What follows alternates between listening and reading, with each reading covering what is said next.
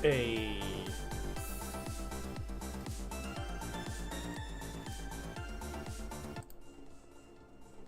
How the heck is everyone doing? This camera does this all the time now. I have to permanently reset it every time.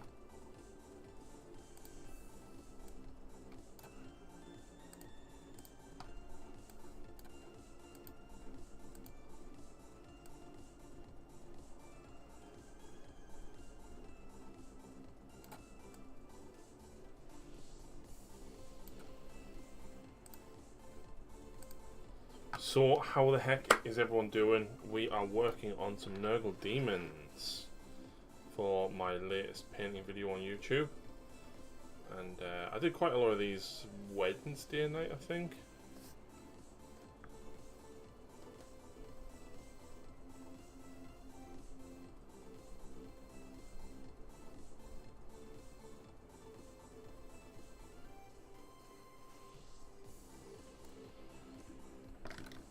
Nope.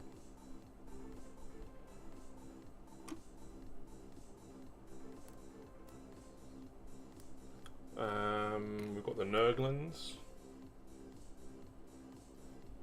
and 10 Plague Bearers, and then the Poxy guy. I don't know where he is. He does stuffs.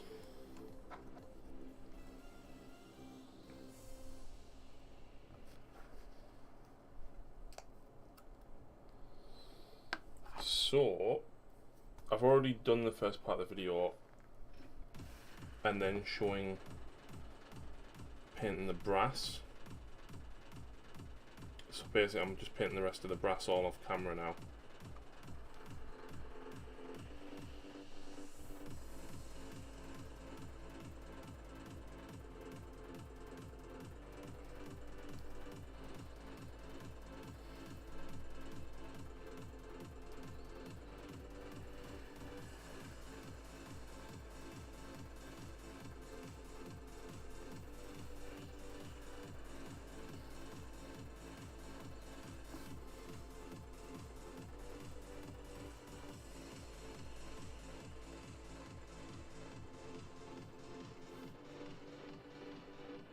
I think that's pretty much all the metal on him.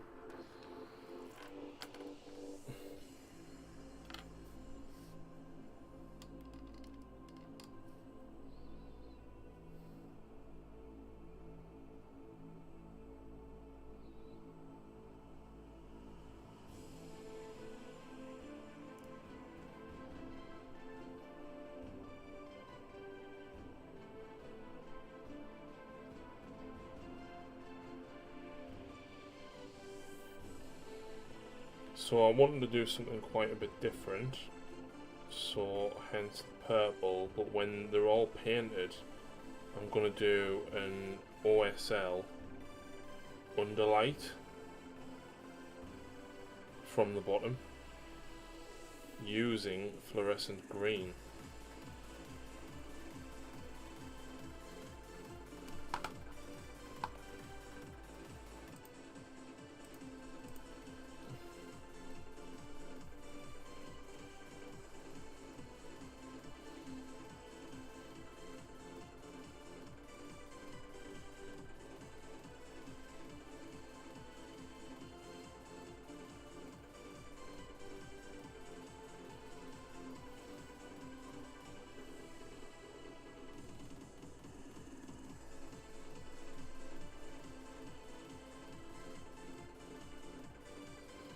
So, how is everyone on this wonderful Friday evening, and what is everybody up to?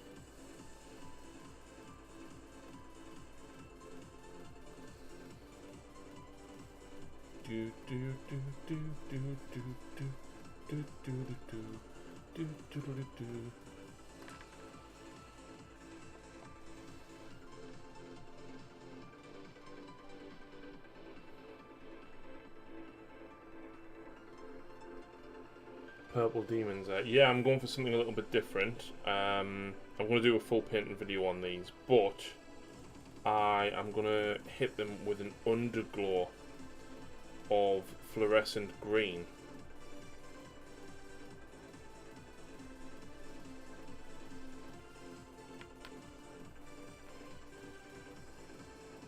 So kind of like OSL, but straight from the bottom. And of course fluorescent green, so really, really bright. Hopefully.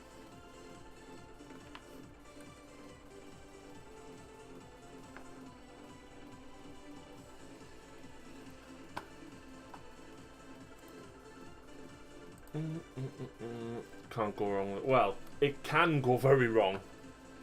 I just hope it doesn't.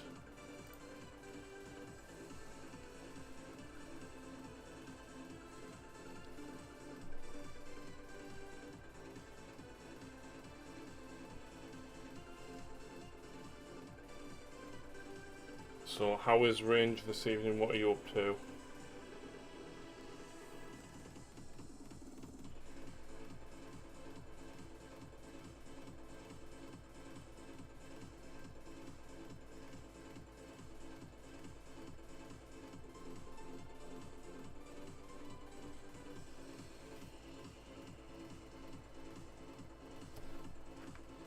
It could go wrong, but the concept is cool. Yeah, that's the idea. I wanted to do something like really out there and not normal, like completely different to GW painting styles.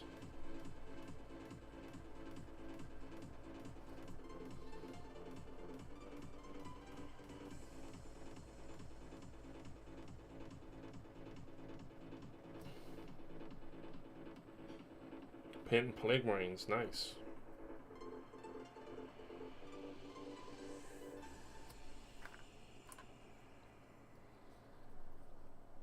So a few things about this stream. You might see me like break off slightly to record a separate video. It's basically to show what I'm doing. So what I'm streaming whilst recording the parts of the video for YouTube that I want to do.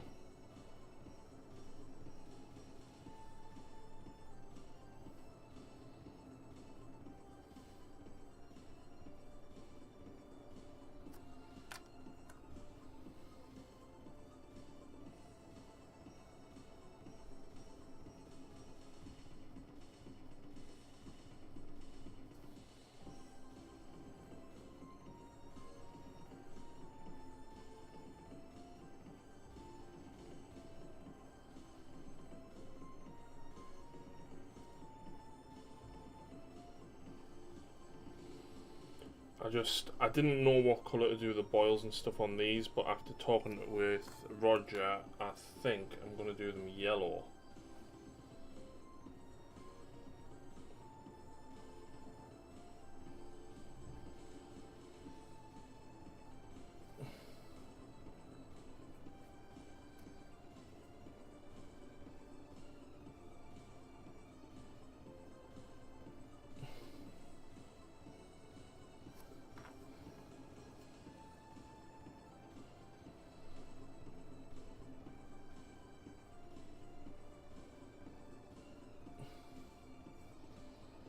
So how is everybody else that's watching? I know there's more of you. What makeup brush is that? Was going to suggest yellow bars. This is a Winsor & Newton size Series 2, Series 7, size 2. I normally use a size 1 for most of my work. Obviously this is quite big and blocky. This brush is quite old now as well. I think I've had it close to 2 years, so I could probably do with a new one soon. It does split ever so slightly.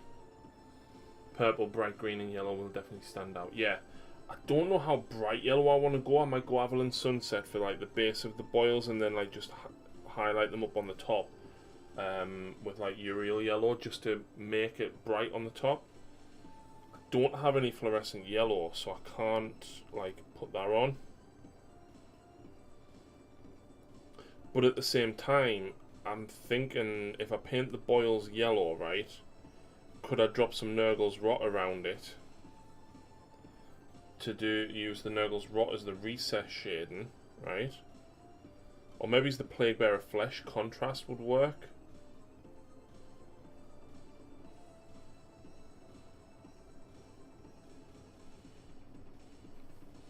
And then just like highlight the tip of it. Moon yellow. I don't have moon yellow though. No, I don't. I've got A yellow by Vallejo, but not that one. I've mostly got GW colours and then some air paints by Vallejo.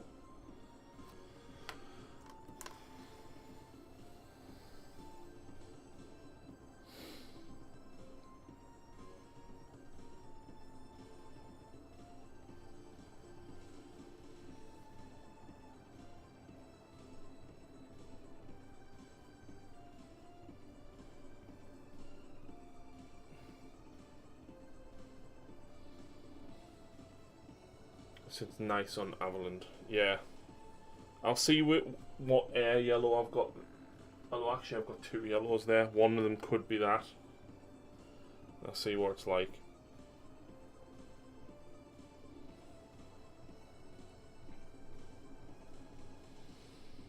So yeah, this is to like try and do like a video in the style of like what I've been doing, like hobby-based videos, and I'm still doing some battle reports, but like I'm not playing proper games. I just want to have fun again. So like me and Lucy have hopefully get it set up tomorrow. We're gonna play 3,500 points of Orcs versus Blood Angels, right? But like half of her army is 5 models or 4 models, and like I'll have the equivalent. Just bright enough to be noticeable. So cool. I'll probably check it out now. Excuse me.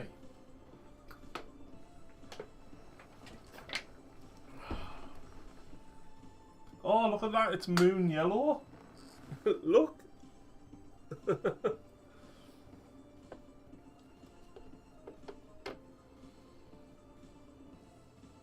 5 taken apart. A Stomper, a Morkanaut, a Kill Tank, and Gazgul.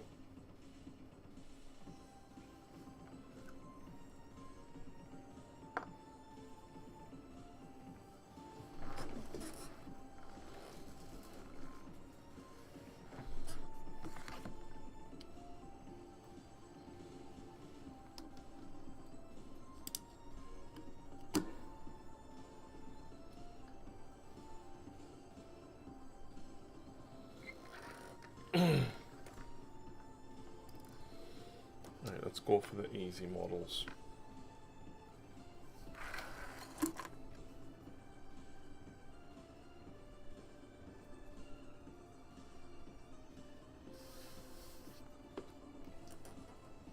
And I'm taking the Thunderhawk, which is 800 points, and then the Fire Raptor, which is 400.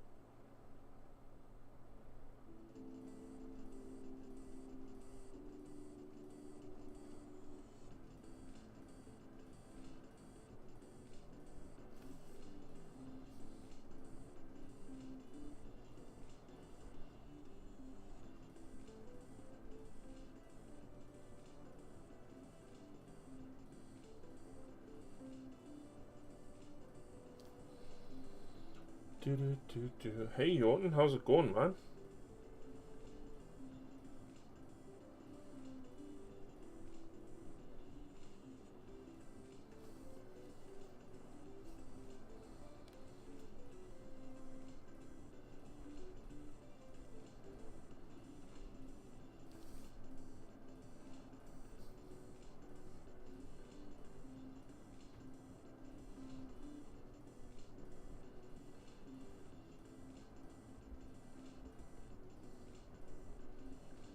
Hello, Roxy.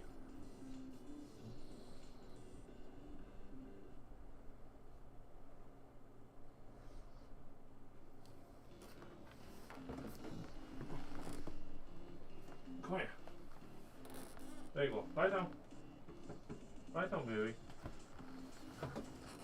Could be better, but you're not dead. Well, I hope you feel better soon, man. Did the Avaland yellow can argue with you? I seem to need to thin it down. This is a brand new pot. I used a lot of it when started painting the Marvel stuff.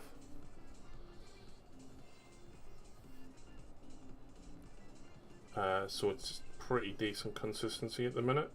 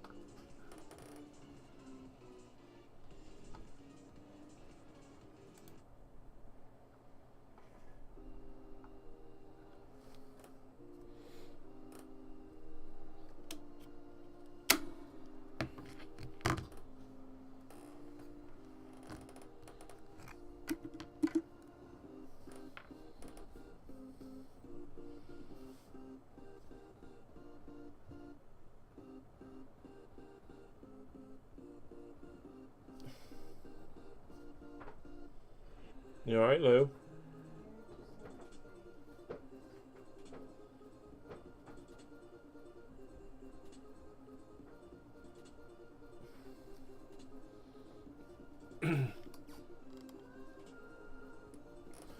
So how's Simon? What's Simon working on today?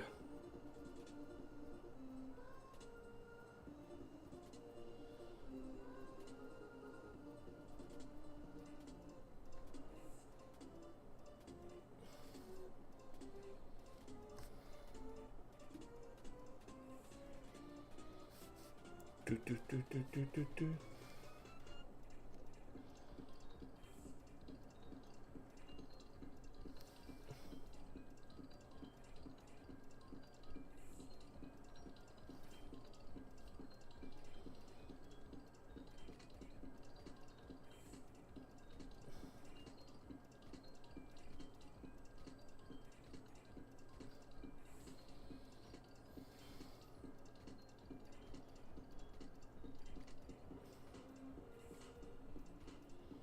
Don't want to do too many because it'll take us forever to do them all otherwise.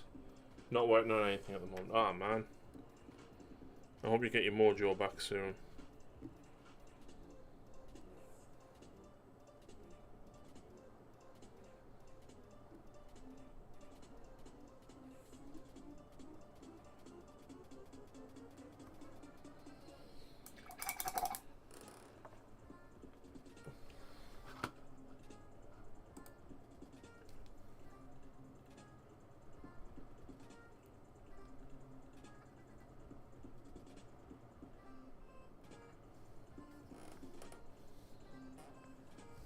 Dude.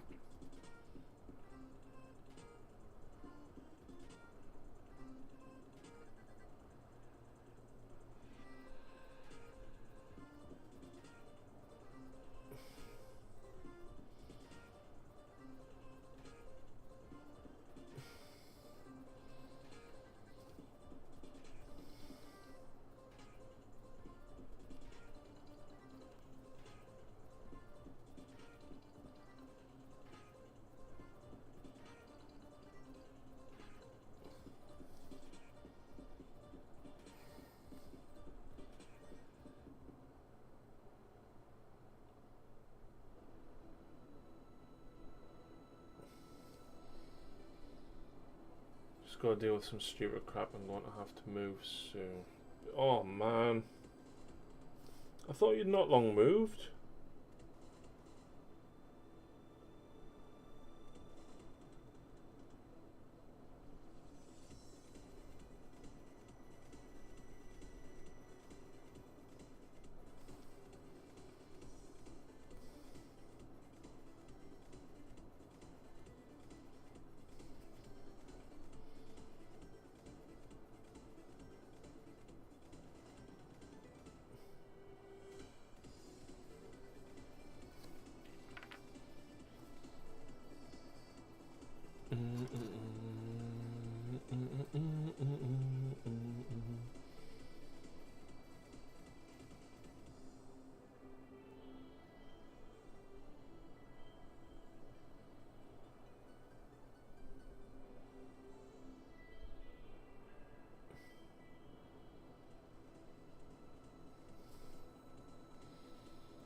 You've been there for 4 years. Oh, okay. Well, I hope you get sorted, man.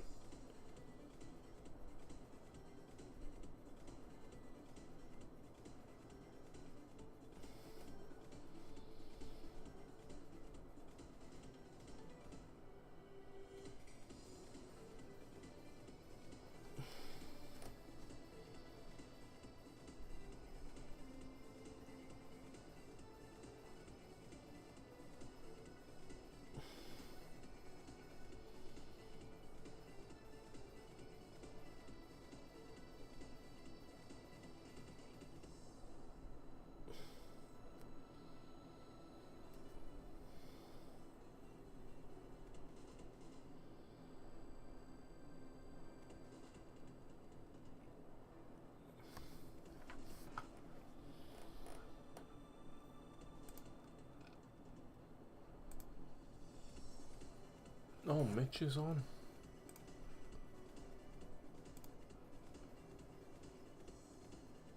I missed a call from him.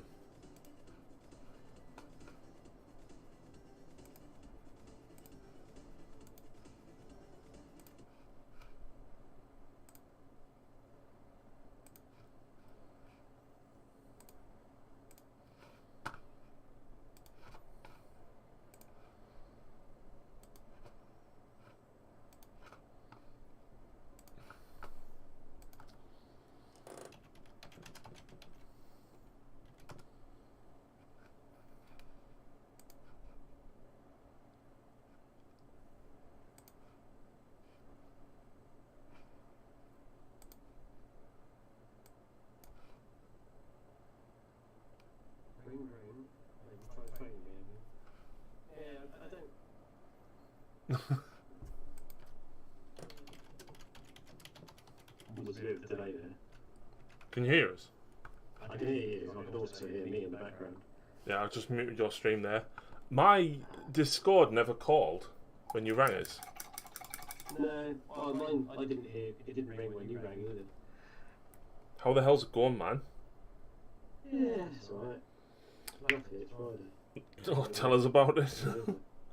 Tell us about it. And, do you know, next week is a fantastic week, Mitch? Really? Yes, because I'm only at work for 3 days. That's what I said. It's our wedding anniversary next week. Oh, you fucking... This is what Discord does this. What's it done? Mike has been transmitting for 30 seconds. Spot. Because we're talking, it's basically, it's cut my spot file. Discord. Because it thinks I'm broadcasting. Ah. See, I don't know how to fix that because I use YouTube for music, so if I have that playing and you, then the desktop audio will be really low. I just realised that it was really low.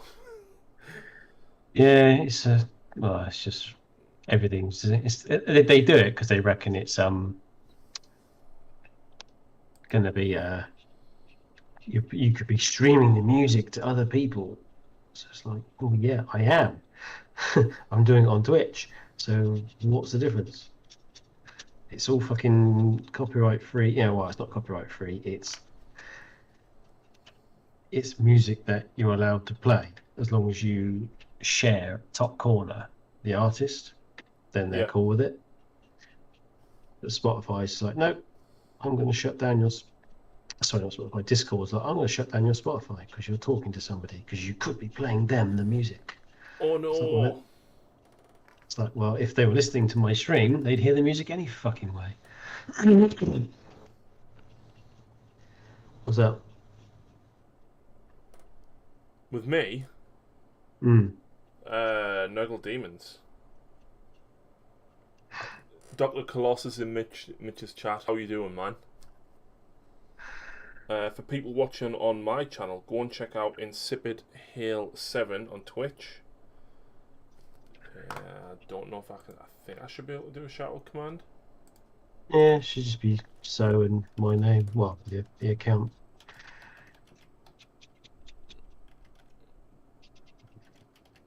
So, yeah, I haven't got any music simply because Discord's gay.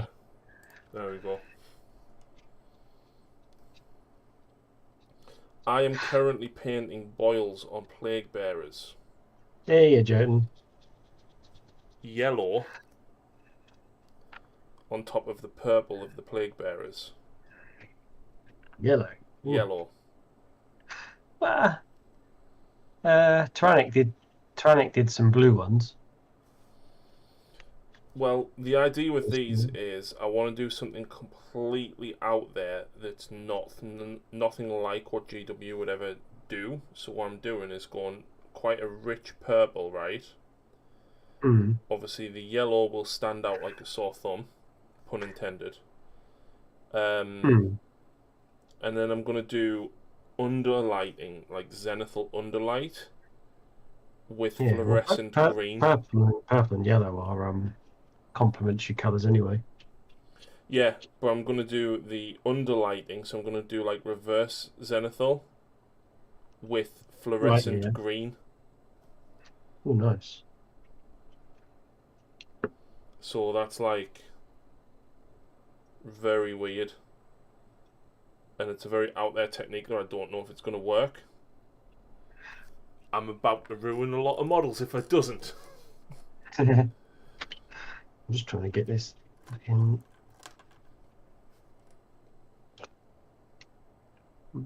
You like the colour scheme. Colossus, if you're there, right? Oh, nope, that's the wrong bottle. So imagine like OSL on like a plasma rifle, right? But straight from underneath, and the camera doesn't show how fluorescent this is. It's really, really bright. So the idea is to do something like way out there. And I'm going to turn this into a hobby video, Mitch. Oh, damn.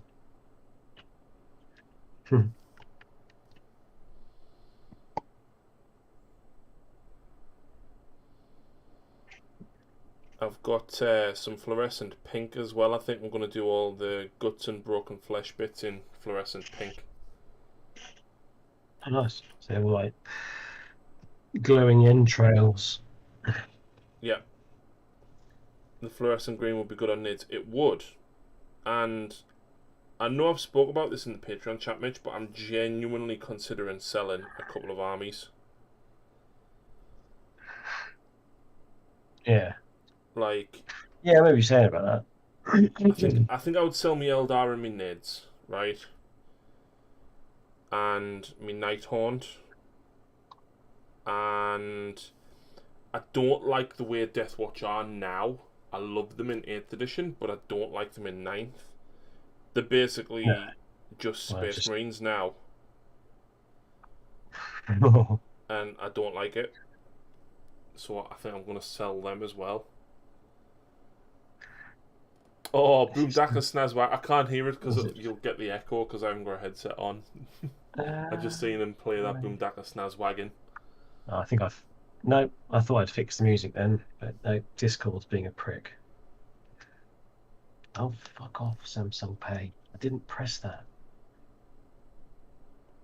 My watch just seems to keep deciding that I'm doing a workout even though I'm sat on my ass. And then when I cancel it, no, I don't want to use Bixby either. You can piss off. Go away.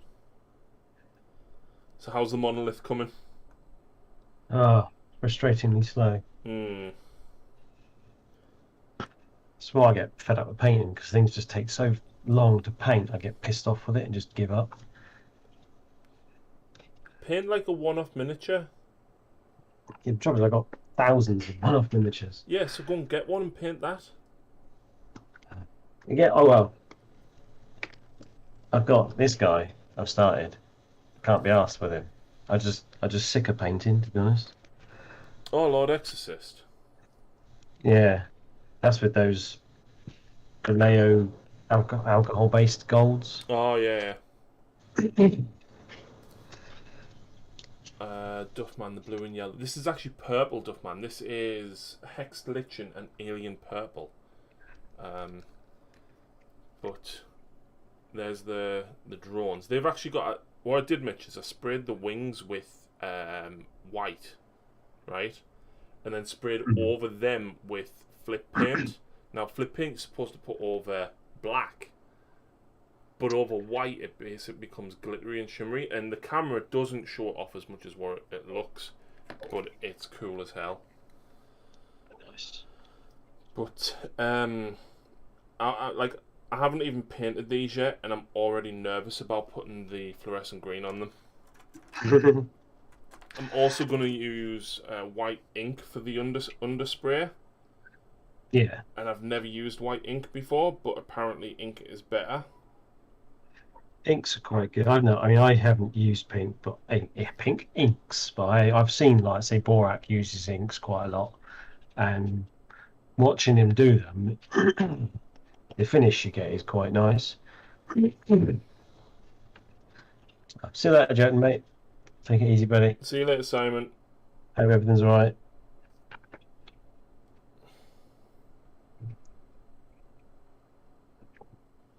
I might pay off. Just use the bigger bloody one. Have you got any more Necrons to paint, Mitch? Yeah, I've still got half the bloody Indomitus box. Oh, bloody hell. I've done one squad of warriors, which, to be fair, the warriors were quite quick. Yeah, they're easy enough. Because I did like 90% of it I did with the airbrush.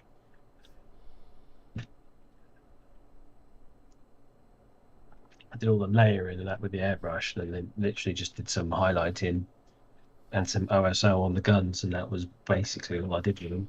Yeah. And then did the bases. They were basically done. Well, they were done. Holy shit. We have a guest of honour in my chat. We've got Genuine in my chat. How's it going, Jan? Hello, Jan. How the hell's it going? We've got Insipid Hail over on Discord. I'm going for something very out there with me Nurgle Deamons, right? So obviously purple, yellow, quite bright. I'm going to hit them with an undershade of white ink and then fluorescent green. So I'm going to do... I still haven't decided what to do with the bases, Mitch, because I want like the green glow to emanate from the bases, but I don't know how.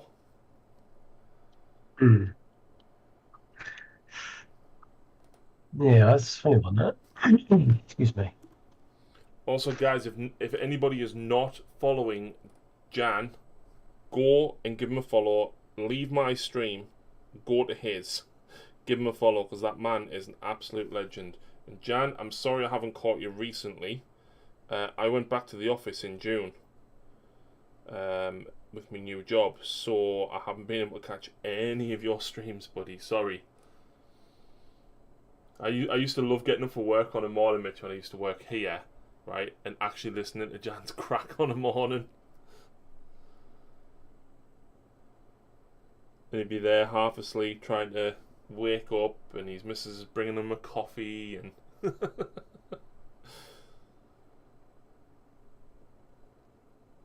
all the tales of Irish folklore.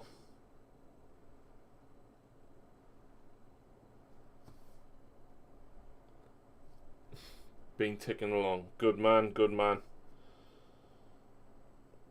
I've drastically changed what I'm doing on YouTube, and I'm trying to not stop battle reports entirely, but I'm not going to use them as my main focus. I'm trying to do more hobby focused stuff.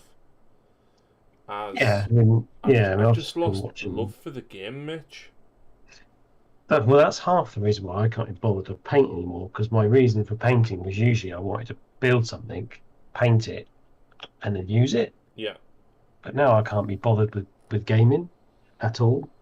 So I kind of sit there and go, well, the whole reason why I used to paint is now like, well, there is no point in really painting anymore because I don't really, I said earlier, it's not something that I particularly enjoy. To be Mm. honest, if I'm being honest, I find it a bit of a chore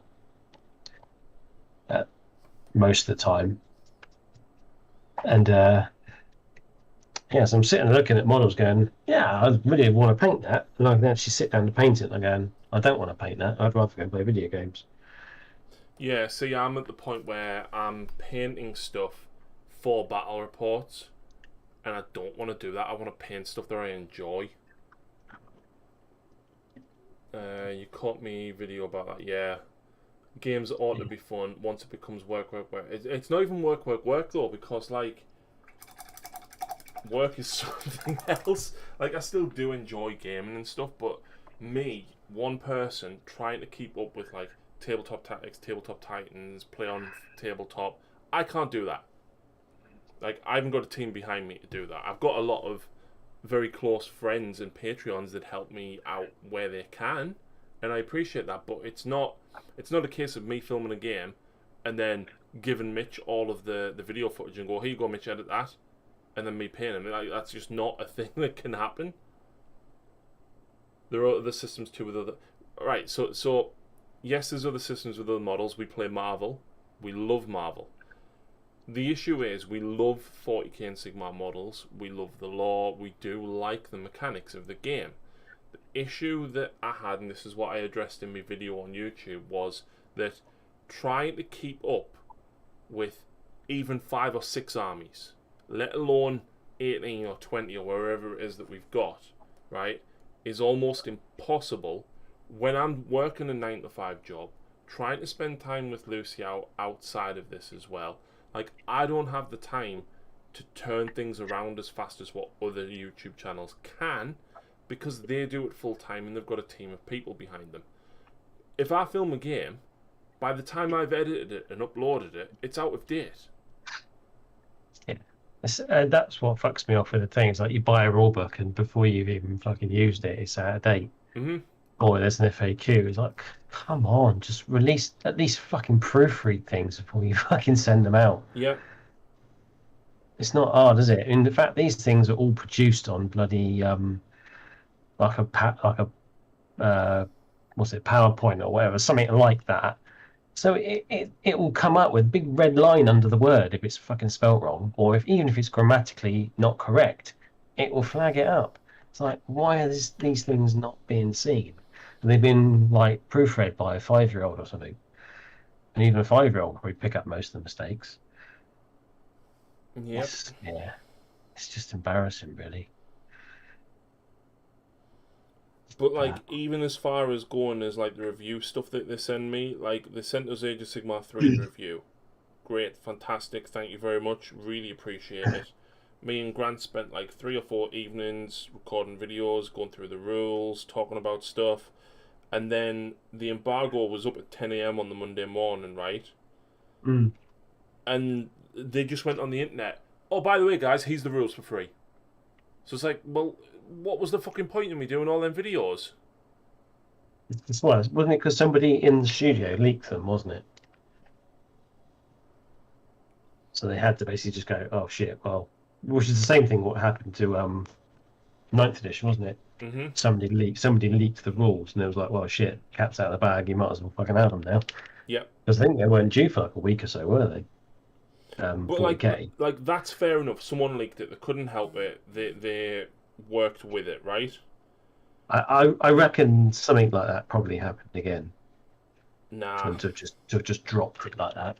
They didn't. They released it at 10 a.m.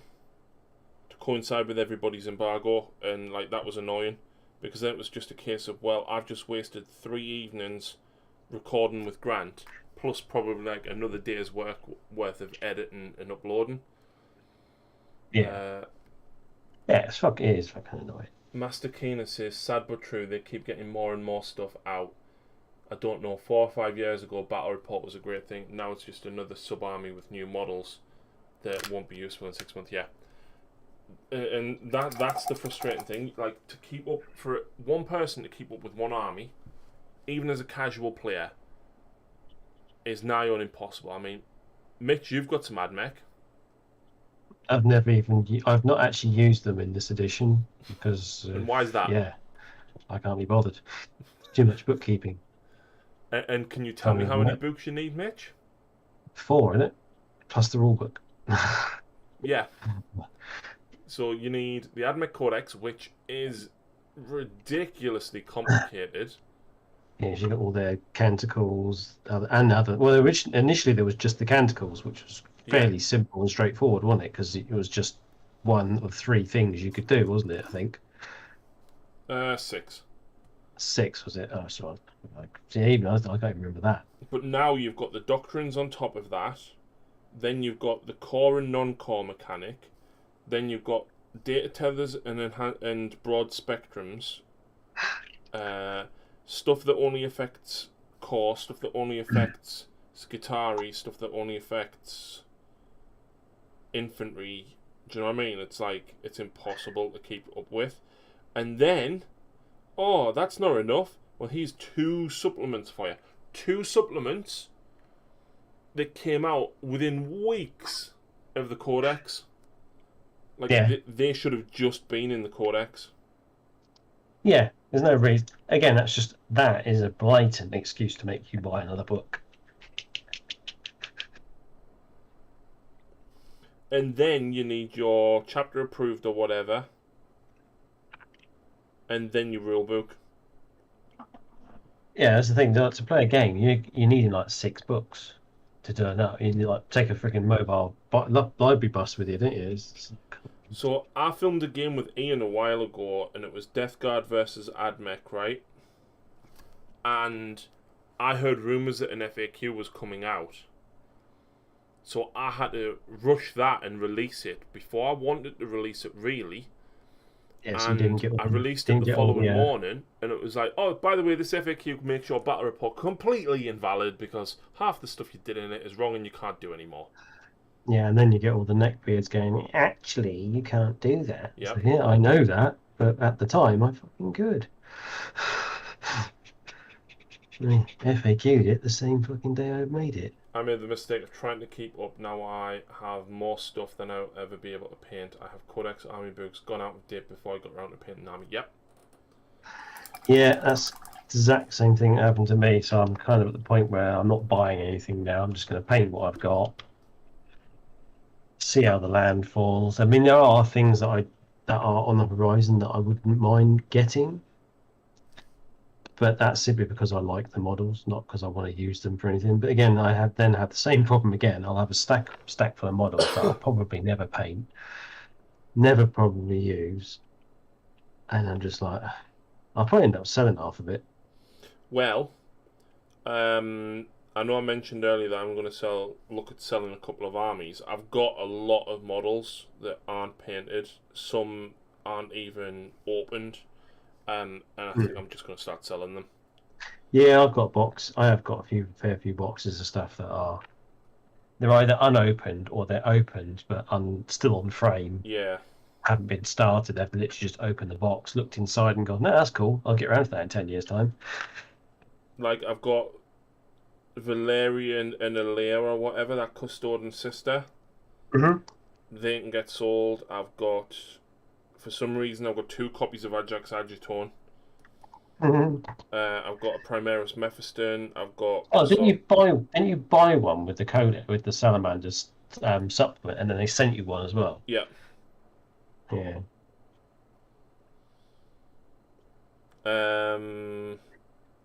Yeah, I've got all sorts that I'm just going to be like, offload. And I got all those ones that I got with Conquest that I I've I painted the characters. Hmm. So all the Primaris characters that I received, I've assembled and painted them. The squads, I've hardly touched them. I just can't be doing squads anymore. Really? Which is why you need to paint some Marvel. I know you don't play it, that's fine. And I know you've mentioned a couple that you would like to paint. But honestly, painting Marvel miniatures is such a nice change. Like, I painted Valkyrie the other night in like an hour and a half. Yeah, see, I don't paint as fast as you either. No, but like just painting one model that you think's like really cool. I mean, come on. Have you seen the Hulkbuster model that they're releasing? Yeah, because he's a dual model, isn't he, Yes. with the regular sized Iron Man. Is that Yes. right? Yeah. So like, how cool would Hulkbuster be to paint? Um, I'd probably do something similar to what Borak did, because Borak painted a Hulkbuster for his kid. Right. And I think he 3D printed it, and he painted it in that candy red. Oh yeah. So it actually looked like the genuine Iron Man suit. Because before he gets all banged up in the fight, and it is literally like mirror red, isn't it? Yeah. And then when he gets into the, obviously gets all scuffed and scored and broken and stuff, and he obviously looks all beaten, banged up. But before that point, he looks quite sort of kind of like candy red, sort of hot rod red color. That's what he calls it, isn't it? When he first paints it, Yep. Hot Rod Red. it was hot rod red, wasn't it? See, I knew that. It's funny why my mind went to that. Have you been watching What If, by the way? Nah, Fair enough. Last episode was kind of about Tony. I've seen that. Like, didn't they do like a zombie episode or something? Yeah, there was one zombie episode. Like some episodes are better than others, but they've been. I would describe them as nice filler. The thing is, because they're animated. Yeah. They're I mean, easy to most of the actors voice their parts. Yeah, yeah, but like I say, voice acting is something that they could essentially do with restrictions. Yeah. You can essentially record things in a little quiet room in your own home, can't you? Yeah. Whereas acting requires a lot more logistical issues, particularly at the moment because of all the bullshit that's going on in the world. Which apparently the UK is getting rid of because you're only going to have red countries now. Yeah, even though they're talking about telling people to go and work from home again. Yeah. But you can go on holiday, it's fine. But you got to work from home. Go work from home, but you can go to another country and either take the germ with you or bring it back. Either is just as bad as the other. Fucking ludicrous. And that's what happens when you have a cockwomble in charge. Yep. Just finished Yep. 50 Plague Bearers, thinking of doing the contrast method, Plague Bearer flesh contrast. How do you 50? get around the gaps between body and heads on them? You don't. You just paint over it and... Isaac Jamarak, whatever your fucking name is. Get lost.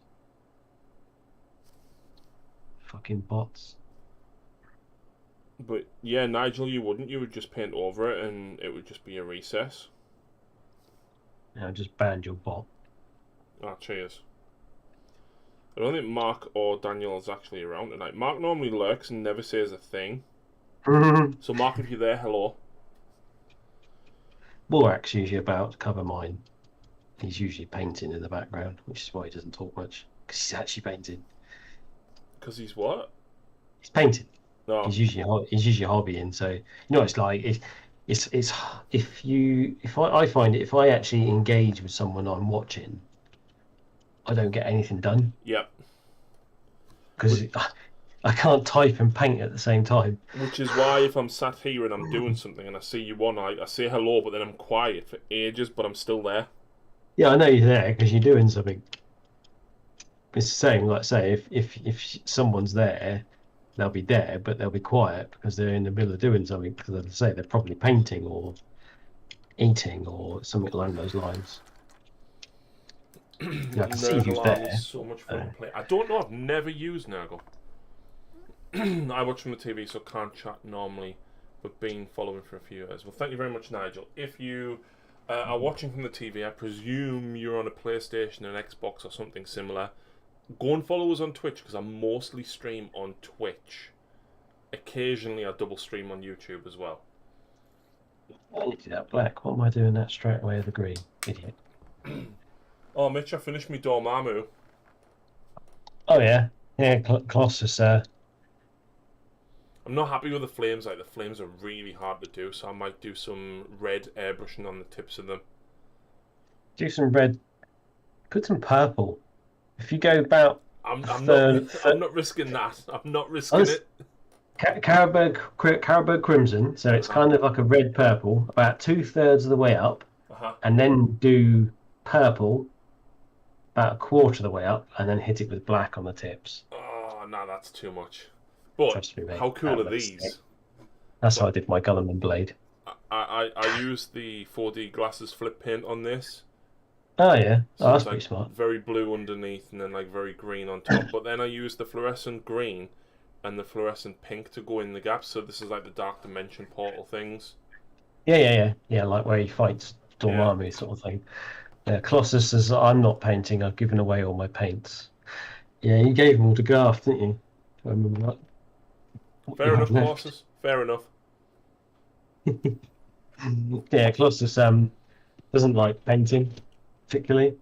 Some people don't. Well, I don't.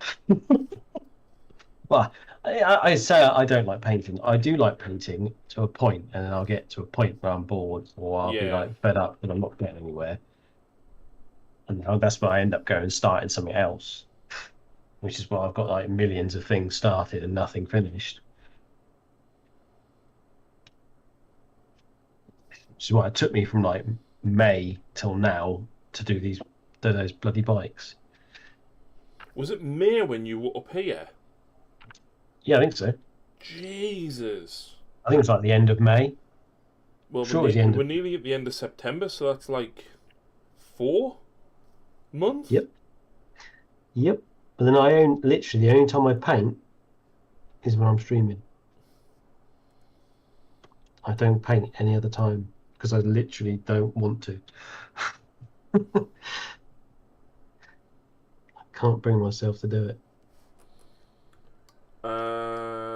It's also yes, that was from Marvel Crisis Protocol.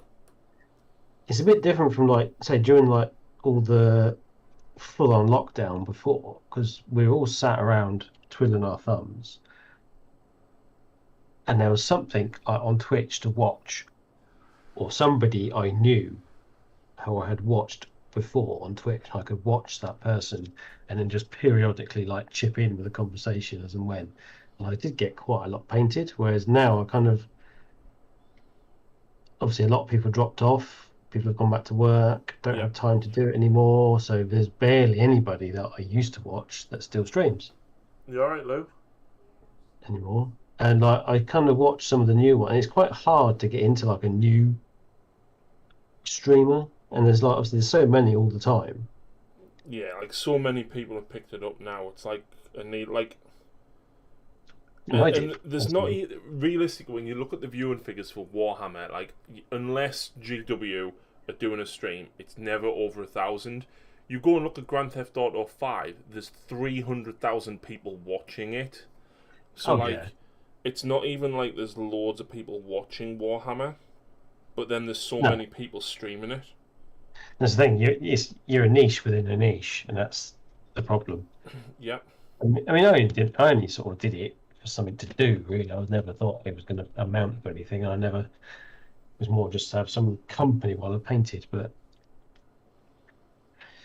if I didn't stream during that first lockdown, I'd have gone crazy because me and Lucy didn't even live together at the time. Well, no, you were living on your own, weren't you? Yeah.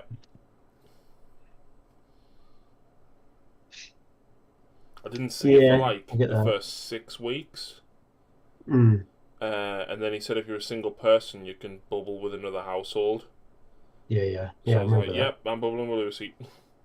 But Lucy's mum was quite unwell, so basically I didn't bubble. Lucy basically moved in with me. Yeah. For about another 6 or 8 weeks, and then that took us from March till about June or July. Yeah. And that's when we started looking for a house. Mm. But yeah, Nigel, if you're interested, I don't have many more models in front of me here, but this is Valkyrie, and I painted her up like Tessa Thompson from Thor 3, of course. And then Doctor Strange, I need to add his cloak to him, but I can only add it when I painted this properly, because he kind of like stands in it. Like that with the cloak out the back. Oh yeah, he's got like his sort of magic. Yeah. Around him. Strange Supreme should be out at the end of the month as well. So it's a alternate Doctor Strange, but obviously with completely different rules. To represent when he's like Sorcerer Supreme. Yeah, yeah. Like, not old man Strange, but obviously he's visibly older. He wears a different suit, and yeah. Rules wise, he's completely different as well.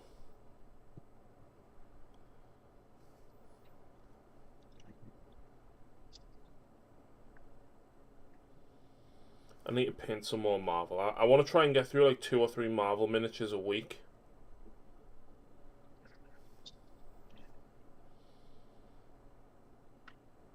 Yeah, once I've got this thing done, I think next is going to be like, I might do Araman next.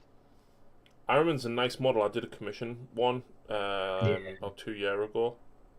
Yeah, so I might do Araman. He is a cool model, and in fact, he's a cool model as well. And I've read his omnibus of the book, like obviously the novels around him, and they're quite a good read actually. I'm not sure if they do audiobooks of them or not. I don't know, but like I would love to listen to audiobooks, but like I'm 9 times out of 10 I'm concentrating on other stuff, so I can't actually listen because I don't really. I hear the sound, but I don't hear what's being said, and that's a problem.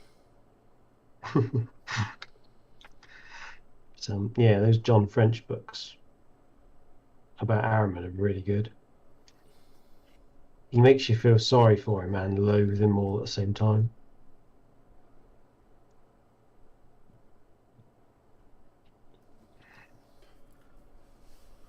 Are they doing all the models in the Marvel Comics lineup? Have a couple of Marvel encyclopedias more on the comic side. There's a lot that you haven't even seen in the MCU. I'll just bring the character list up on Atomic Mass Games' website, and you can actually have a quick look, Nigel.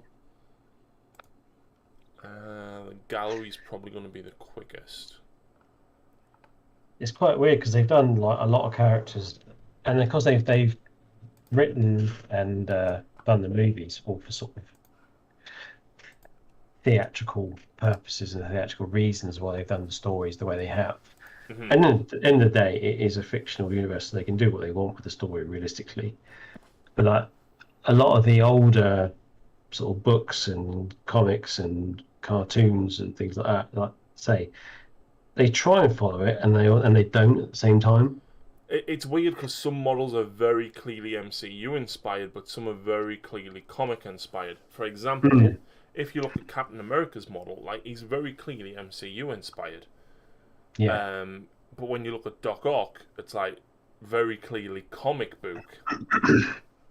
Yeah. Well, again, like say the movie one, he was all very dark and didn't wear a yellow suit, did he? No. Essentially, both bright yellow and green. Yeah, exactly.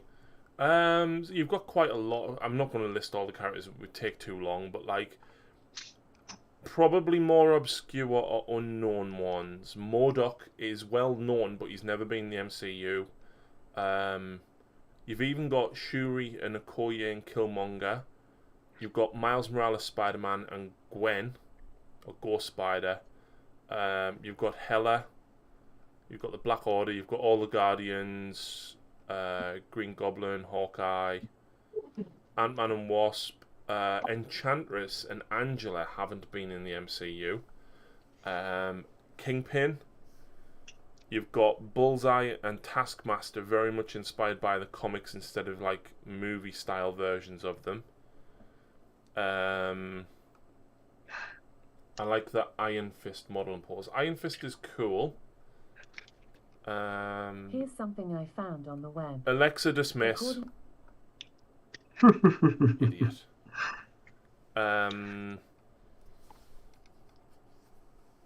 Deadpool, they were stupid with Deadpool and did him jumping off a missile with whoosh on it. Yeah, I remember that one. Cable's pretty cool.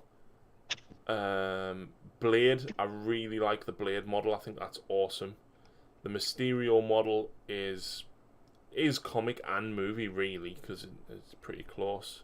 They're pretty similar, weren't they? The X-Men, I find, follow very much the comics. Who else? Yeah, I think that's due to kind of mixed popularity of the films. Yeah. So they've tried to err on a side of caution and have stuck with the sort of the tried and true cartoons. Particularly, like, say, like the Wolverine, there's the yellow and blue. I mean, that's iconic sort of outfit of his, wasn't it? So yeah, but like you've got Sin and Viper. Like, who knows who Sin and Viper is? Not many. No. And then even when you look at the Grand Convocation, you've got the Ancient One, which is based on Tilda Swinton's character, whereas in the comics, the Ancient One is like an old Oriental man. So that is obviously very much based on the movie. Baron Mordo, again, based on the movie. And Strange Supreme is completely different. I see a lot of the one they gain because the movie, if the movie is popular, I think they're basing the model on the movie. Whereas if the movie isn't popular, they're basing it. It seems to me that they then base it on the cartoon or the comic. And I mean, to an extent, they also follow what the release schedule of movies are. For example, the Spider-Man versus Doc Ock. They brought out the Doc Ock, a scenic one. They're releasing that around the time of No Way Home. Yeah, we said that in the chat, didn't we? It's blatantly obvious they're trying to borrow some of the hype of the film, which makes sense because it's a way of pushing sales. So as a business, they'd be silly not to. Absolutely. Underdog, how's it going, man? And one of the characters I wouldn't mind, I think I've said before, I wouldn't mind doing Mr. Sinister. I always thought he was a brilliant character. Yeah. In the cartoons, anyway. Yeah. I always liked his character because he kind of like he is a bad guy, but he has kind of like a soft spot for Jean Grey and Cyclops, doesn't he? Because he thinks they're like he can find the perfect human from them. And it's kind of ironic that Cyclops' power is also one of Mr. Sinister's weaknesses, because he's basically weak against his Psyblast thing. But because he was made by Apocalypse. The Summers timeline is family tree is like really messed up because of clones, and there was a clone of Jean, and then technically Cable is Scott's grandson, but yeah, the whole timeline's messed up for the Summers Grey timeline. But like, for example, they haven't released any Fantastic Four models. Now I wonder why that is. I wouldn't be surprised if there was another reboot. Yeah, but a good one this time. Yeah, I don't know. I doubt that. I never really liked the cartoon. No. It was a bit weak. The best thing about the Fantastic Four is Doctor Doom.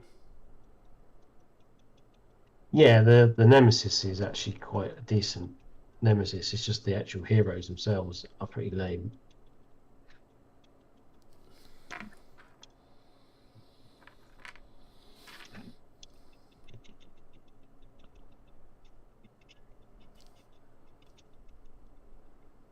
But yeah, they'll absolutely be waiting for that before they do any of them, I think. Yeah. Do you think they'll do any like Eternals models if they haven't already? No, I Nobody, don't. I don't nobody think so. really 'Cause we knows. would have been hinted at them by now. Unless you're like a die-hard comic fan, a lot of people don't know who they even are. Nah.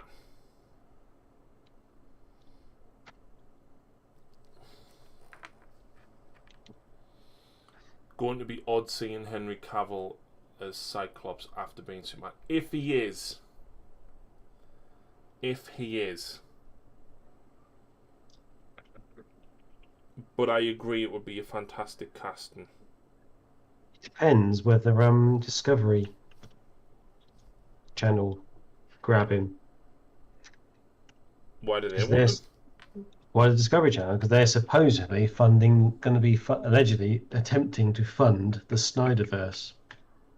Really? Yep. They want to start their own streaming service. Okay. Yeah, well, yeah, get in line, eh? But yeah, they're allegedly trying to offer the Snyderverse to people because the fans clearly want it, but Warner Brothers like, no, we're not doing it. Yeah. Even though the Which is Justice League is crazy actually because I mean, like, I No. haven't watched the Snyder version of Justice League yet. it's a million times better, and I think it's like the most watched film this year. Right? It's like the highest watched film. It's like top charts on like sort of Blu-ray sales, its most streamed film or something this year as well. It was streamed. The movie that was streamed the most on the day it was available as well, and yeah. But Warner Brothers like, nope, we're not doing it. Not interested. We're going in this direction, not that direction. Yeah, I kind of like the whole arguments with Ray Fisher and Warner Brothers and stuff, and then even when Jason Momoa and Gal Gadot came out and supported him, like nothing was done. But then all this shit kicked off about Joss Whedon because Sarah Michelle Gellar spoke out as well of when she was working on Buffy with him. Yeah, because Gal Gadot said he said he'd ruined her career if she didn't toe the line or whatever. Yeah. Whatever he was doing. It's like, okay, he seems like just another fucking Weinstein, doesn't he? Yeah. Well, apparently when they were filming Buffy and stuff, did you ever watch Buffy, Mitch? No. Alright, well, in season 5, they magicked her a younger sister from nowhere. And the actress was quite young at the time, and apparently she wasn't allowed to be left with him by herself. I think I've heard that. Yes, I think I've read that. Sorry, somewhere. Yeah. Fucking mad, isn't it? But not got round to watching it. 4 hours long. Maybe tomorrow when the missus goes out. Don't like the square format. Yeah, it's because it was filmed in IMAX, wasn't it? There it looks square. It's definitely worth watching because it actually tells you a little bit about Barry Allen and a little bit about Victor, Cyborg. It actually gives you a clue because in the Whedon cut, they're just like, there's Cyborg, there's Flash, get on with it. Yeah. Whereas in the Snyder cut, you get like a little bit of an introduction, and they have their own kind of. I think it's set into like 6 chapters spread across the film, and then each of the two characters themselves get a chapter basically to themselves, right, introducing their story and how they become. Not so much. You don't get how Flash becomes the Flash, but you at least get some kind of context as to why he's there. Yeah. Drax, thank you very much for that follow. Not the Drax, Mitch, different Drax. No. Disappointing.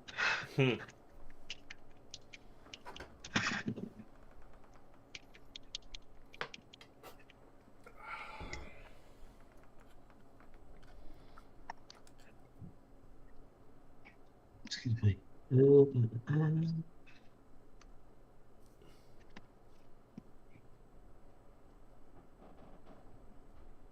okay, Lou?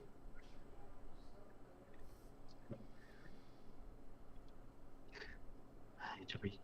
That bit's probably snapped off. I need to re-click that.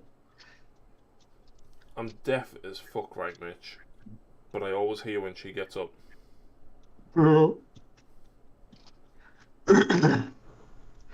We've had the I think we had the nipper over this week, and he sleeps in the room with us in his little cot, and yeah, it's amazing. I can sleep through a hurricane, but every time he moved, I was like, "Is he all right? Is he all right? What's he doing?" Yeah. And he's the same. He'll sleep like babies sleep in the weirdest. Yeah, they can literally like fall asleep in any position. They're so funny. And he'll sleep with like the telly on full blast. But if you talk too loudly, that'll wake him up. Yep. Because he sort of recognised the voice.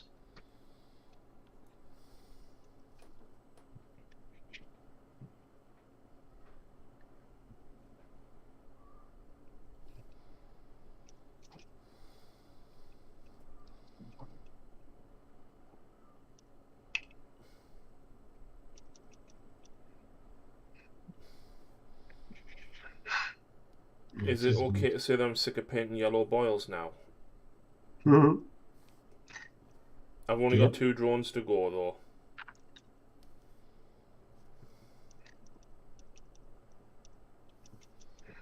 I've got some blue horrors out in the garage that I started as well. Some horrors. Yeah, blue ones. Contrast them. 2 minutes and you're done. No, it's not that. It's like the layering takes minutes. There's all the pissy, like the knives and that sort of shit that takes fucking ages because it just fucking annoys me doing it. Am I going to wash over them? Yes. I don't know whether to do it with Nurgle's Rot, though. Or should I use Druchii Violet?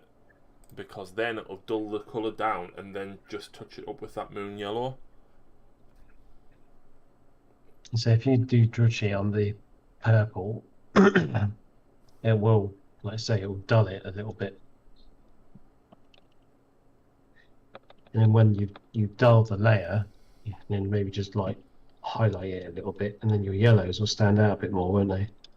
Well, I was gonna use Druchii Violet over the top of the Avalon Sunset boils, but then okay. Yeah, no, that would probably look not quite good actually, because it will blend it in.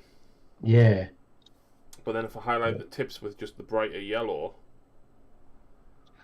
yeah, if you did the Druchii, if you did the Druchii Violet on the yellow, and then just did like a small yellow bit on the yellow, like a brighter yellow again, yeah, would look quite cool. That's what I'm thinking. Yeah, I think that would look quite cool. As I said, purple, like the Druchii Violet, would help it to blend a little bit.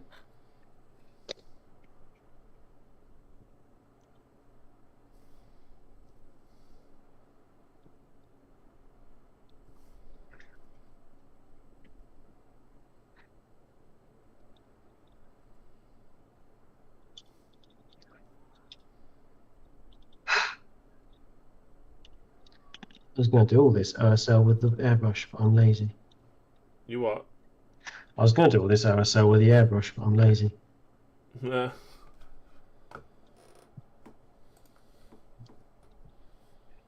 What's that? Just a really shortcut makeup brush? No, this is one of the old painter ones. Oh, is it? Yeah, they're really good. Oh, cool. They're about, I think I paid like $12.99 for them on Amazon. Right. You get 3 of them. They're really good.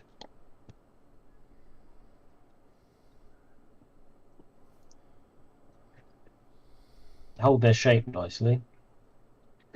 Like I say, you've got this little sort of short flat one, and then you've got where is it? You got those two there. So you got two quite. So I've not even used that one. Oh, nice. I've not even used the big one. It's called the Mighty Dry Brush. That one. A mighty dry brush. We've got Mighty, Moderate, and Miniature.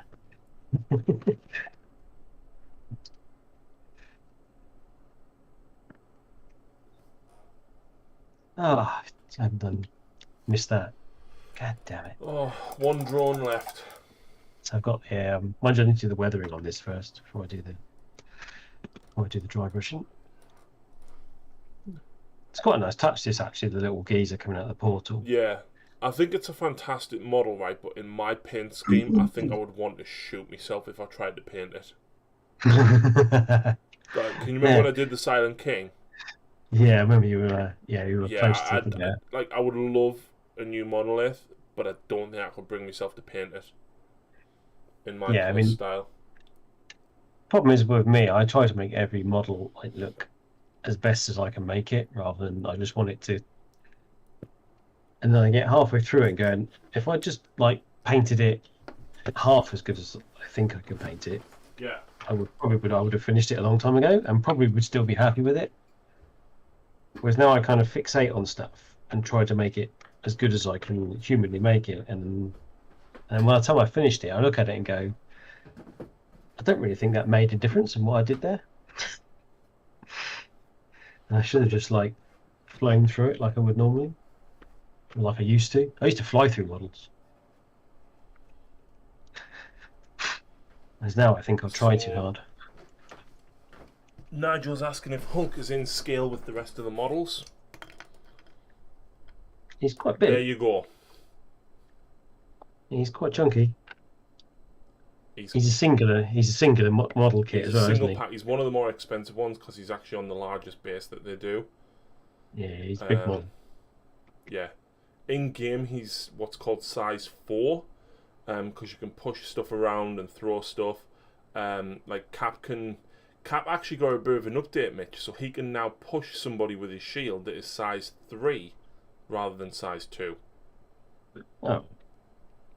But yeah, Hulk is size 4 in game. I think Dormammu is 5. Yeah, but he's like a supreme being, isn't he? Sort of thing. So yeah.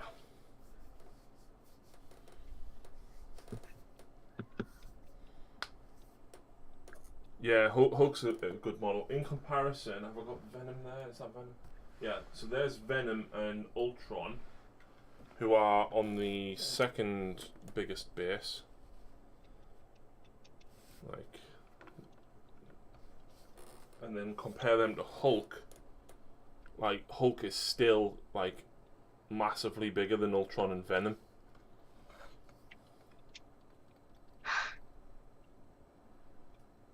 Yeah. And the Hulkbuster's going to be about the same size as the Hulk, isn't he? No, I don't think so. Oh, mind you, that said he's coming with Tony, isn't he? So he's probably going to be slightly smaller. Yep.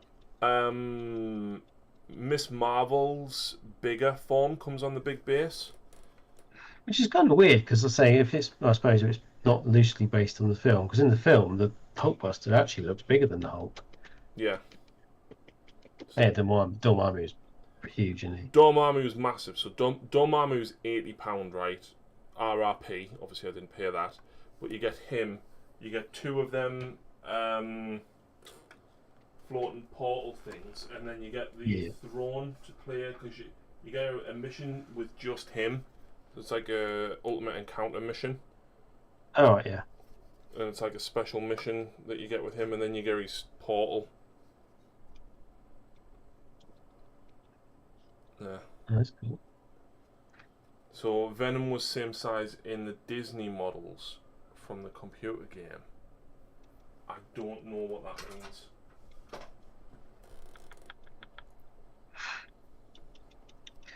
Yeah, I think in the computer games, Venom was like quite a large character, and he could sort of go around and he could pick up and throw cars about as well, like the Hulk can. Well, he can in this. I think he can use his web snare on size 3. So he can pull, like, larger characters. And I think he himself is size 3. Whereas most of the characters are, like, on the normal 32mm base are size 2. Mm.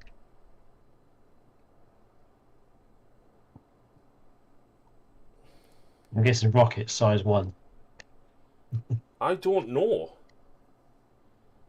I can't remember, but I think Ant-Man and Wasp shrunken forms Oh, I see. Yeah, that makes sense. might be size 1. For example, there's Wasp in her small form, just without her wings.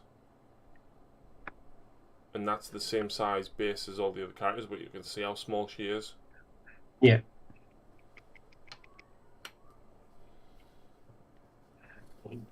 Yeah, it's much smaller.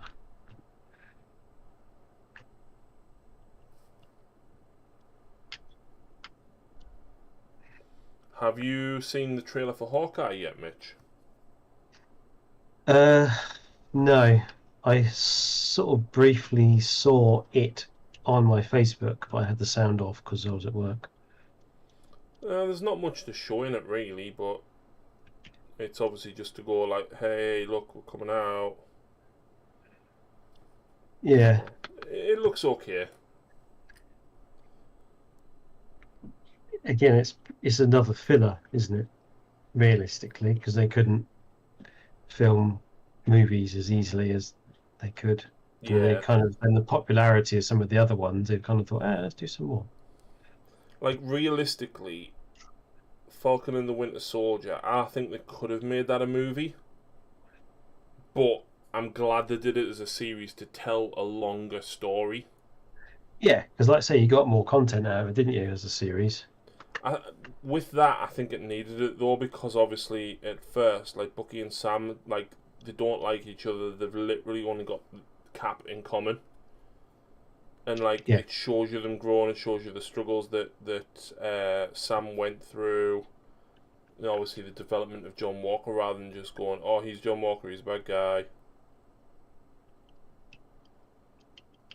Like, it showed you him, you know, being courageous and, you know, being what Captain America should be, and then, like, he slowly starts cracking, and then he gets pissed off that he hasn't got the super soldier serum, and then he goes crazy, and then he goes through his, redemption arc in the last episode. Yeah. Like, to fit all that in a film is a lot. Yeah. Although I think when they do the continuation of the story, because he gets recruited by that lady, doesn't he, from Val, that's it. He gets recruited by her, and then you see her. Well, you should have seen her in Black Widow first. Yeah. But you didn't, because obviously they pulled it. I don't think it doesn't make that much of a difference which way around you see, because in Black Widow it doesn't even tell you who she is. No, it doesn't explain who she's there either. So where she introduces herself properly to John in Falcon and the Winter Soldier. Yeah. Like, she says, I'm Val, whoever De Fontaine or whoever it is. Yeah. Yeah, it's kind of, it's one of those.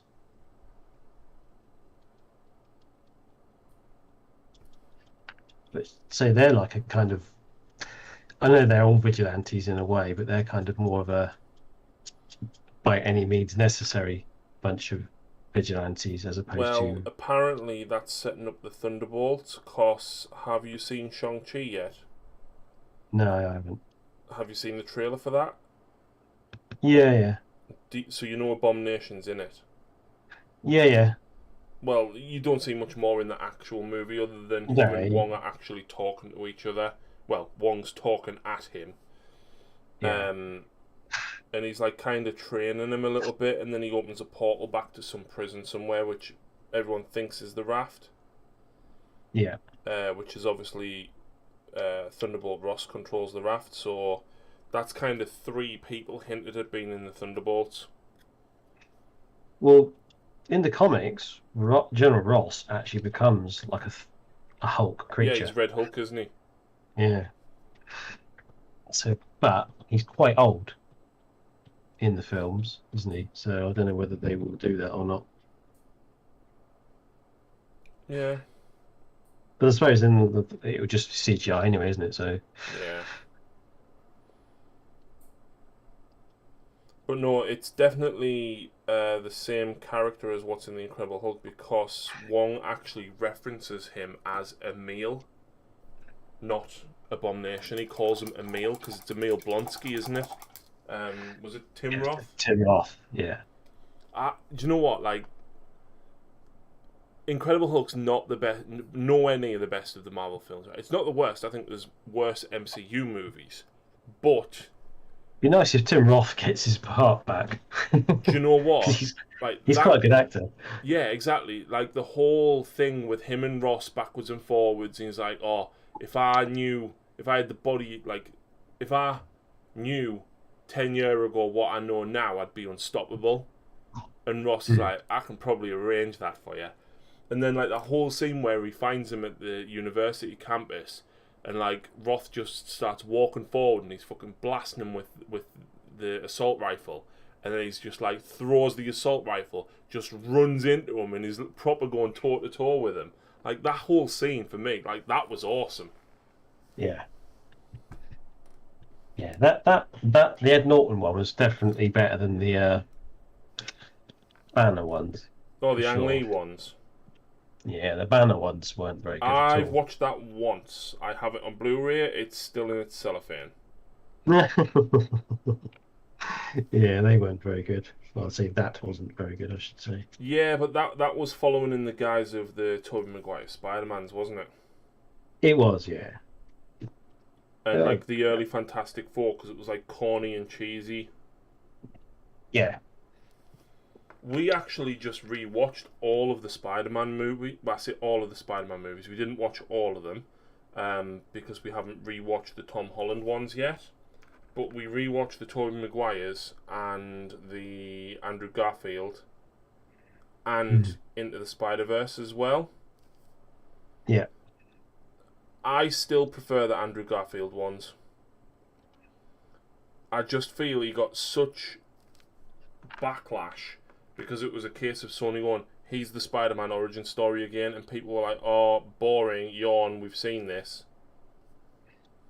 And Yeah. whilst I get that, and I totally appreciate the frustration with it, Andrew Garfield is a much better Peter than what Tobey Maguire is.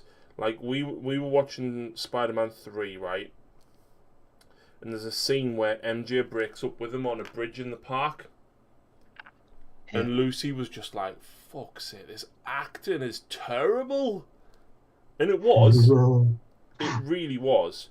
But like when you watch Andrew Garfield as Peter, one scene that really stood out for me is when he first becomes Spider-Man, right? And he's going looking for Uncle Ben's killer, and he's going out and beating criminals up, right? And he comes back really late at night. He's got his hood over his head, skateboard bag, stuff like that. And he walks in and goes straight in the fridge. And Sally Fields plays Aunt May in these ones. And she goes, "Peter, where have you been?" And he refuses to tell him. He's like, "Aunt May, just go to bed. Just go to bed." And she's like, "No, I want to know where you go." And he plays, like, that scene, a very good, stroppy teenager.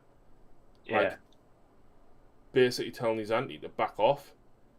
That scene, and I think the scene where, because Martin Sheen that plays Ben in that movie as well. Oh, yeah. When he finds Ben dead, like his crying is genuinely really good. See, I've actually watched that film and I don't remember any of it. The first one. I haven't even watched the second Garfield one. Yeah, the second Garfield one, like, are you bothered about spoilers? Because there is a pretty big spoiler in it. Not especially, because I haven't watched it and I probably won't. Right, so Emma Stone is Gwen Stacy, right?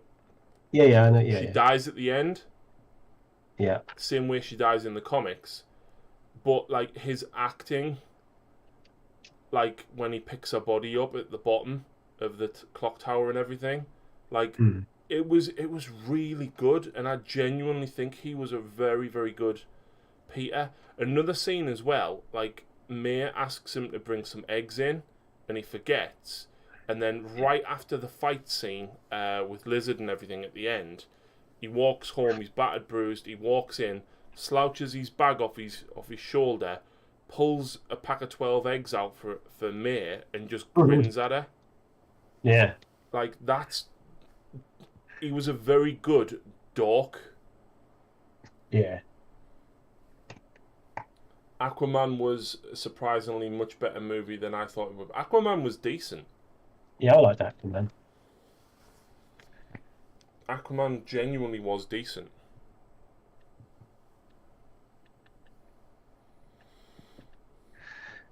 Yeah, Jason Momoa brings kind of a bit of a... I don't know. He brings a different dynamic to that kind of universe, because that universe has always been quite serious and tried to be gritty and dark. Whereas he brings a kind of... He's still dark, but he's got like a dark humour as opposed to dark... sort of thrillerish instead. It's more of a dark humour, and it works. Now let's get the big one up and do the forum.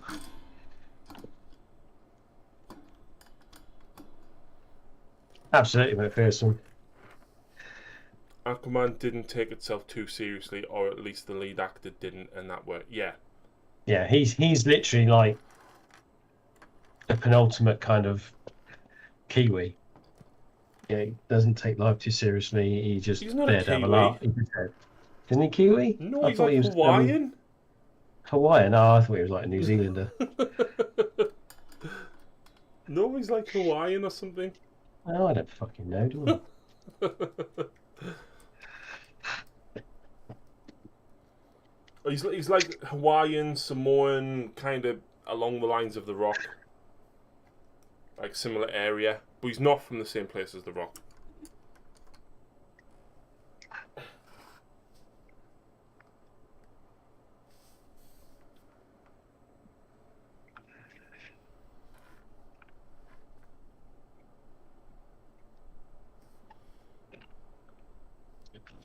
Oops.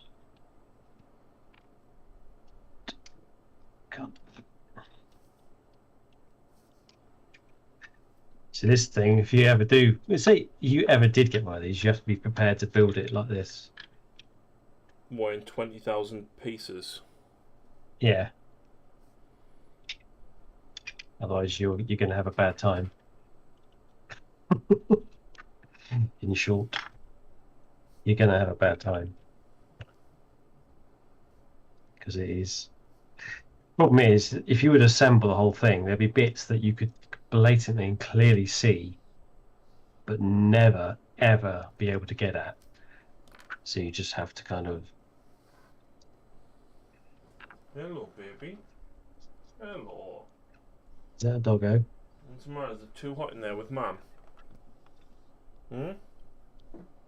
I have to do that Oh, differently. she likes the fan. Yeah, I got my fan on as well. Don't blame her. Now she wants to be under my feet. Yeah, I always remember him as Ronan Dex. Who? From- What? Jason Momoa. He was a character called Ronan Dex in Stargate Atlantis. Oh, okay. And obviously he was in that for 5... I think it ran for like 5 seasons, I think. He was also in Baywatch. He was in Baywatch, wasn't he? But yeah, so most people who know of or knew of him will know of him from Stargate Atlantis as opposed to Game of Thrones, because he was only in Game of Thrones for like One season. part of the first season, wasn't he? It's like most of the first season he was in it. But that was it. That was really all he got. Yeah.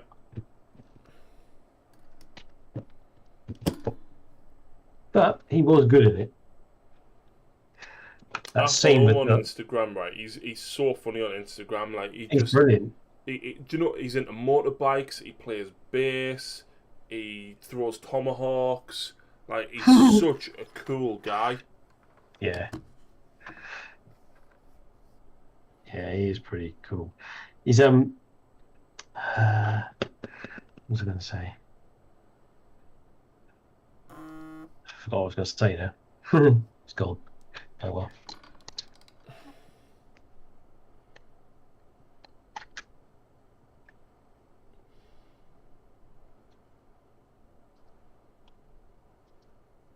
But yeah, that scene in Game of Thrones with the gold crown. Yeah. Oh, brutal. So good.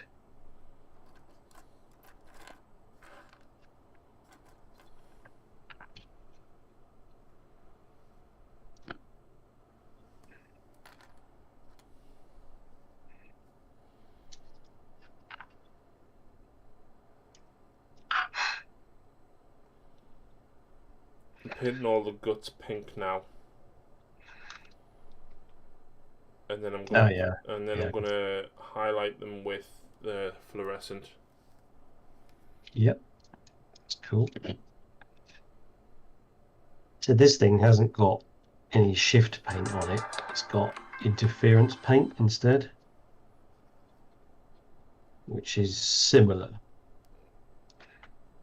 But what the interference paint does is you can basically turn a regular paint into a shift paint.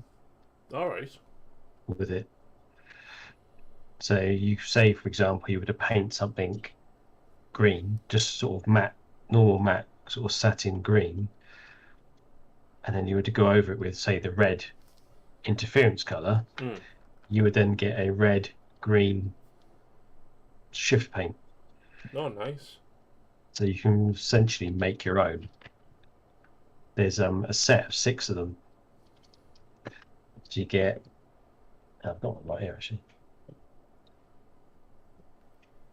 So you get these.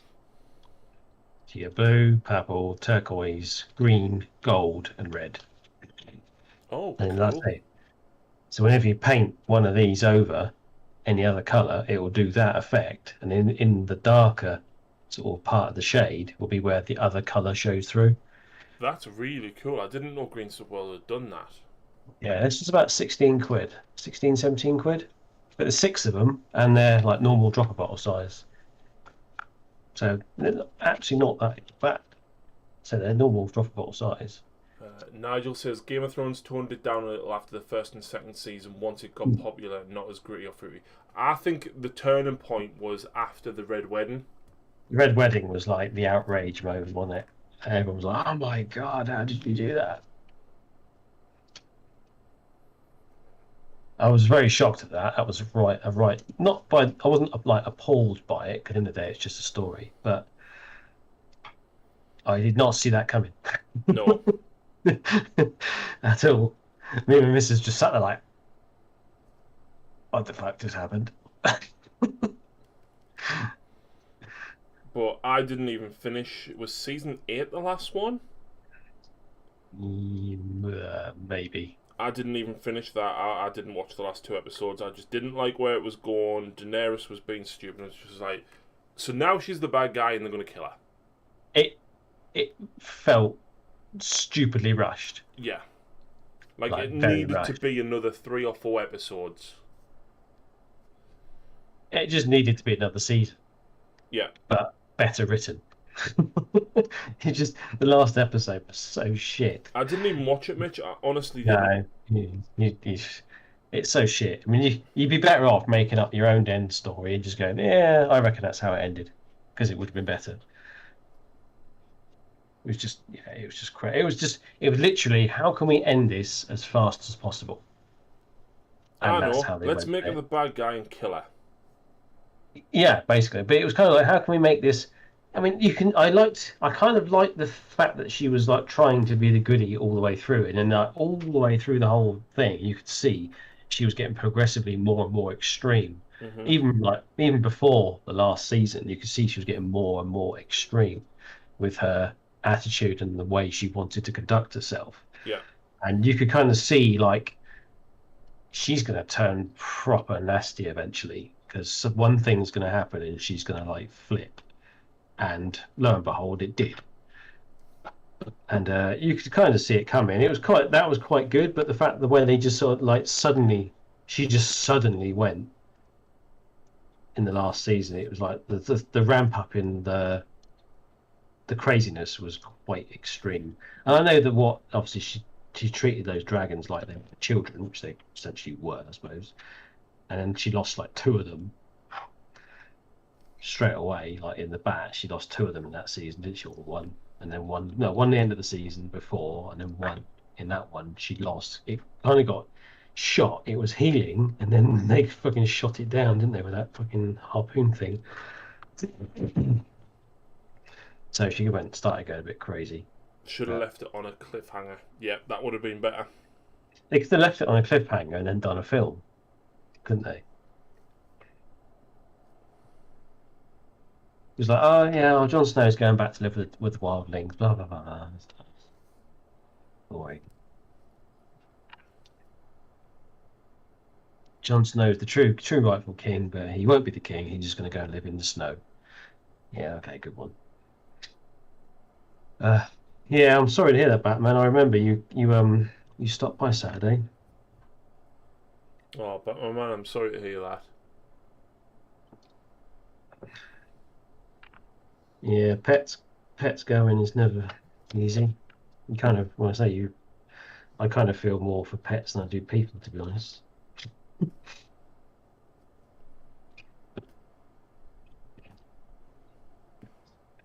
I'm sure I can hear Roxy plodding around in my room somewhere.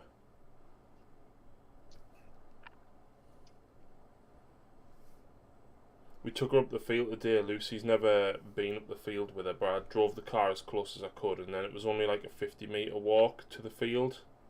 It's like a cornfield. Oh yeah, I think I remember. Did you post a video of it? Yeah. So that's just like over out the front of ours, but it's a bit far for her to walk herself. Yeah. But I parked on the roundabout, and then we walked from there. Cool. And just kept her on the lead and just like let her bound through all the grass, and she absolutely loves it. And this wife come up behind us with a husky, so obviously I kept walking a little bit further away so they weren't too close. And the wife was talking to Lucy for quite a while actually, and she didn't even realise that Roxy had 3 legs until Lucy pointed out, and she's like, "What?" And she's just jumping through the grass like that. Yeah, it's amazing how they adapt, isn't it? Yeah, I mean, for it to just get around, it's a little bit harder for her because she essentially has to hop everywhere. But like as soon as she starts running or trotting, she's fine. Yeah, get the momentum going, then she's all right. Which is why, like when I walk her, I power walk, so that she can like slow jog. Yeah. So that it's easier for her. Wheel of Fortune could be good based on the best-selling book series. Yeah, the trailer either dropped or it's about to drop. Wheel of Time, not Wheel of Fortune. That was Wheel of Fortune. Hey, what? I was going to say. Didn't Bradley Walsh host that? Probably. He fucking hosts everything. Doesn't he? Sure, wasn't it like Brucey and then Bradley Walsh? Probably. Well, I say Bradley Walsh has like probably hosted pretty much everything. It feels that way anyway.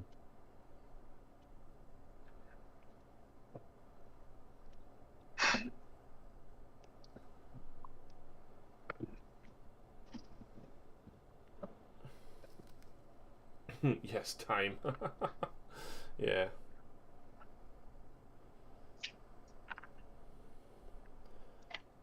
But yeah, have you seen the animated Spider-Man movie, Into the Spider-Verse, Mitch? Is that the one with Spider-Gwen? Yes. Miles Morales? Yeah, I've seen it. So, the rumours obviously floating around for Spider-Man Far From No Way Home is that Toby and Andrew is apparently going to be appearing in it. Yeah, now, I've heard that. They're all tight-lipped about it, aren't they? Now, Toby is nearly 20 years older than what he was back then. He's got grey hair. Well, yeah. But how cool would it be, right, if Toby basically took on sort of the mantle of Peter B. Parker from the Spider-Verse movie? You know, like the older, bummed out one. The older one. Yeah, that'd be cool. Like Andrew's 38, right, but he still looks quite young. Yeah, Toby's like in his late 40s, I think. Yeah, he's like 48, 46 or something. That would be really cool. Like, because there was like rumors as well that like Matt Murdock's in it. Yeah, Well. apparently. Yeah, Daredevil, yeah, but he's literally like denying everything. It's Well, I mean, they're Kingpin, obviously told to, aren't they? But Vincent D'Onofrio is supposed to be in the Hawkeye series. oh, it's Kingpin. Yep. See, he was a fucking brilliant Kingpin. Oh, he was. He was really good. And that's another thing, right? The Daredevil movie was terrible. Don't get me wrong, right? It really was. But Michael Duncan Clark was a good Kingpin. Yeah. And people didn't like it because he was black. And I'm like, I don't care. He portrayed Kingpin well. It does. Yeah, does it fucking matter? He did a fucking good job of it. Daniel, Sean, how's it going, man? Thanks for tuning in. There's something else that I've seen. I think it's like a Norse mythology show that's coming out, and it's supposed to have all the gods, and they've cast a lady of colour as one of the gods. Yeah. Oh, Gods of War. No, not God of War. I know the one you mean. It's the PlayStation game, isn't it? I don't know. Yeah, it's a PlayStation game, and then it's been. I think they're making a movie. Is it? It's a PlayStation game, and they're making a movie of it. But anyway, they've cast a lady I've seen. of colour. Yeah, I've seen that, and then all the people are loads going, of "Oh my people are god, whinging. how can you do that?" Oh, it's like, who fucking cares? It's just a fucking film. It's a work of fiction. Come on. Exactly. What difference does it make? I mean, Ghost in the Shell, the movie, didn't like the ending compared to the anime. But Scarlett Johansson got so much shit for that movie for whitewashing it. Yeah, it's not her fault. She It's just went. does it It's just matter? it's just a job to her at the end of the day. She's not there to be like taking a job away from a potential Asian actress. She's just auditioned for the job and got it. Exactly. It's probably more likely that the fact that the directors are like, "Oh, we've got to have a white bird in here," or Scarlett Johansson's popular at the minute, we'll just cast her in it. That was probably more it. That's probably more likely it. They just use an actor or an actress who's popular at the time and they cast them. That's pretty much what they do with everything. There's been really, really shit films that have had good actors and actresses in simply because they've been hired because they're popular. Yeah. Daniel's just getting back from the club playing Imperial Guard versus Tau. Nice. That was the very last game I played, was Imperial Guard versus Town. Back up here in May. It was. It was against Jono. It's Jono's Town. Not Jono, just John. Just John, was it? It's John. Jono's another person. I get confused. Yeah, John. John, I remember that. Yeah, it's against John's very well painted white town. Yes, they are beautiful white. Yeah, very nice, very nice, very nice, very clean white. Rob, evening lads, been putting washes on my gut rippers while listening to you on another passion of mine, films and comic books. Nice. We actually watched a different film last night, so not the one I'm about to say, but have you watched Jolt on Amazon, or Jolt? Nope. It's got Kate Beckinsale in it, and it's like a typical Gerard Butler movie, but with Kate Beckinsale, right? No, I've not seen it. It was okay, right? She had this motor neuron condition thing where unless she was like electrocuted, she got really angry and her pain sensors were low and she lashed out a lot. and basically she ended up going after this guy that killed her boyfriend. To find out that her boyfriend was alive and actually orchestrated the whole lot to kill a mob boss. Do you know what I mean? It was okay. It was alright. But I tell you what, for nearly 50, she's still fit. Oh, yeah, absolutely. But I knew that's where you were going. but there's a film just come on Netflix that is almost identical to it, right? And it's got Mary Elizabeth Winstead in it. And I was talking to you earlier about this, actually. Yeah, I had no idea who she is. I mean, if I saw her, I'd probably go, "Oh, her." Oh yeah, absolutely. But the name does not ring a bell. Have you seen Gemini Man with Will Smith? Nope. Have you seen 10 Cloverfield Lane? Nope. Oh, what else is she in? That's the John Goodman one, isn't it? Yes. Yeah, I've not seen it. I know of it, but I've not seen it. Have you seen Birds of Prey? Yes. She was Huntress in that. Moody one with the crossbows. Yeah. Yeah, her. Okay. Fine. I know who you mean. Yeah. So I would never. No. So the film was called Kate, and she was basically an assassin, and she gets poisoned with. Lou, what was the poison? Polonium. Polonium, yeah, that's Yeah, so there's like two versions of polonium. There's two. It's like an isotope, isn't it?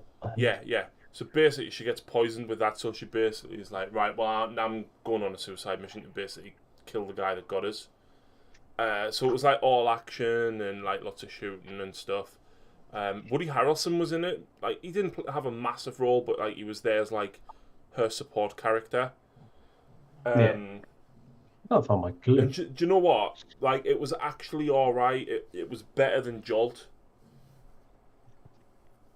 But have you seen Doctor Who when David Tennant comes to the end of his stint of the Doctor? No, I didn't really watch any of the sort of new Doctor Who's, to be honest.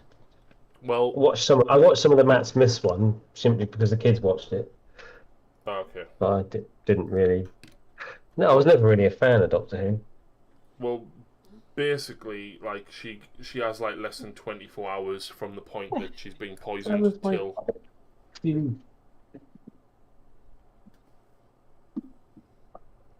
she dies, and obviously her condition deteriorates throughout the whole thing, and bit of a twist at the end and stuff. It was actually okay. Like it wasn't amazing. I'll probably never watch it again.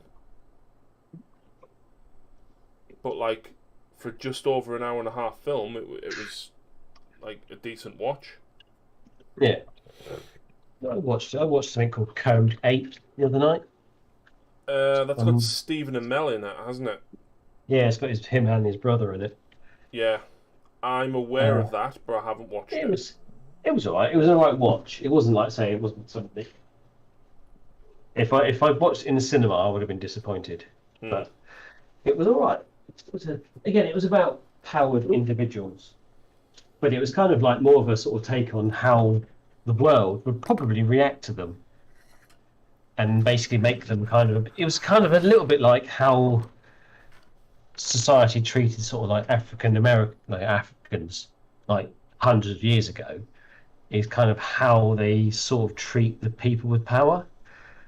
So they end up being like, licensed. They have to be licensed to get work and things like that, and they can't. Almost. Do you remember the X-Men film when they're lining up to get their serum, the anti-serum sort of thing? It's kind of been treated like that anti-mutant sort of sentiment. It's very much like the world is like that. So they're all kind of like second-class citizens. Yeah. So a lot of them turn to crime because it's the only way to make money, kind of thing. So I won't say any more because I spoiled it, but it was all right. So if you stuck for something to watch, that wasn't a bad film.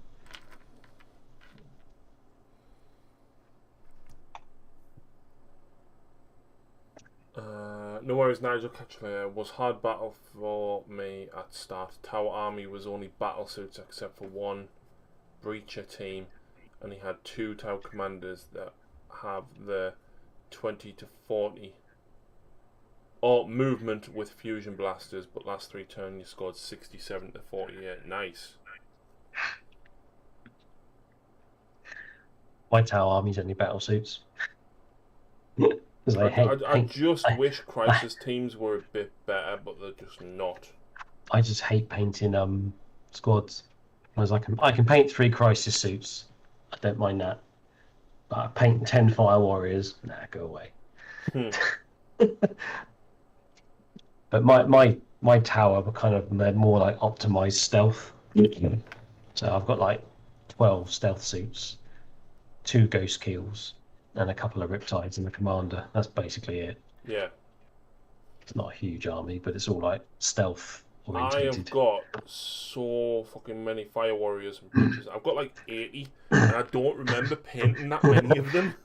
But I obviously did, because it's all in my colour scheme. But as much as I did them white, I did them in such a way that was very quick and easy to paint. So I did them all with the airbrush, right? So I did them all like an intermediate blue, highlight them grey from the sides, and then white from the top down.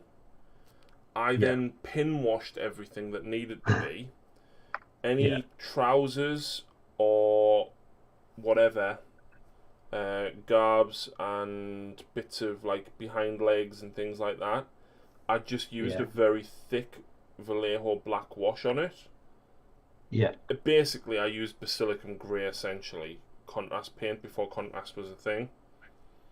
Yeah, you sort of made your own kind of thing. Yep, and then that basically did most of it. It was then a case of, right, paint a few bits silver, paint a few bits blue, edge highlight the blue, and then red lenses, and I was like, oh, done.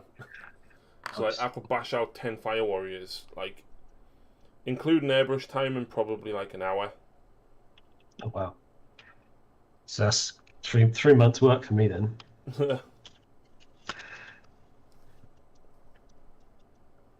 Mine are kind of how do I do mine? I do mine Celestial Grey. Yeah, that was kind of the side colour that I used, because I did all mine Zenithal. I kind of used a similar colour for my side grey. Yeah, I do Celestial Grey, but then I pin wash with Nihilak Oxide. Mm-hmm. And then they confuses your eye and makes them go like a minty green colour. Yeah. Even if you go back over it with Celestial Grey, it still looks like a minty green. It never quite gets rid of the Nihilak sort of stain, no matter how many times you go over it. And I kind of looked at it, I thought, actually, I quite like the colour. And I just basically highlighted it with All-for-One Grey, and that's the armour. Really easy. And then things like sort of spot colours, I tend to do like orange and blacks, because the orange is a really good contrast to it. So yeah, they're quite cool. So I can do I can do a stealth team probably I was doing the stealth teams in about an evening, because there's only 3 of them. I could paint them quite quick. I imagine if I looked at them now, I'd probably be like, shit, they look awful. But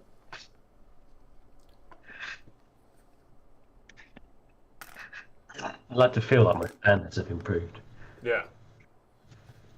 I think I painted them probably 5 years ago, possibly even longer than that.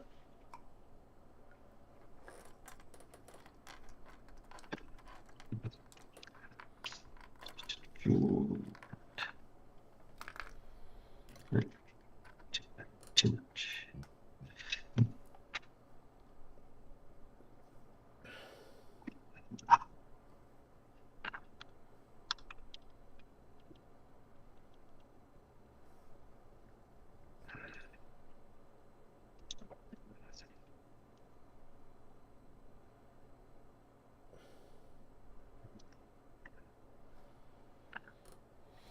Hey.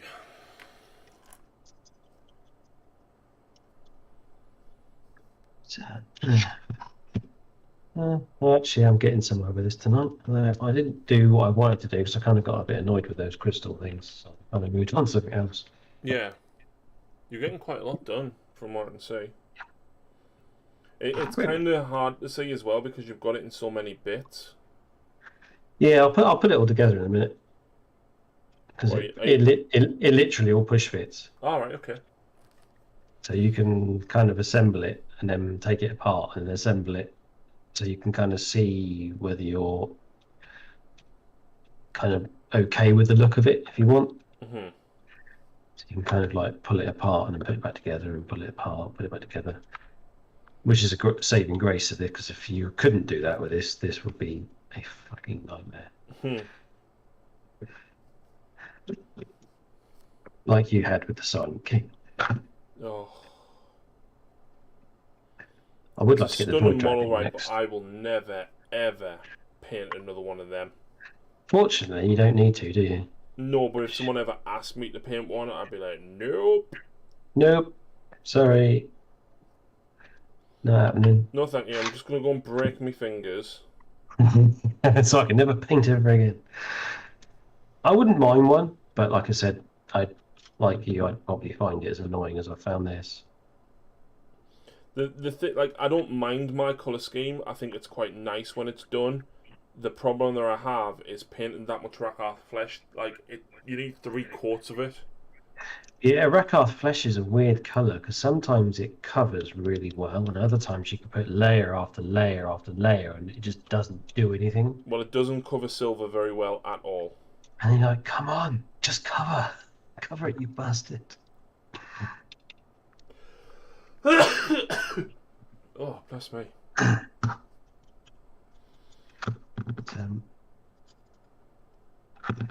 I'm glad I opted to dry brush these bits as opposed to bloody. I was looking at it going, that's a lot of glazing. Which is partly why I've kind of put this thing off, and now I'm just like, I'm just going to dry brush it. Okay. It'll look almost as good. It won't look quite as good as doing it by glazing, but I'm not glazing this into all this OSL. No. Just no. I've got a fucking gigantic moth in here. My window's not even open, so I don't know what's getting in.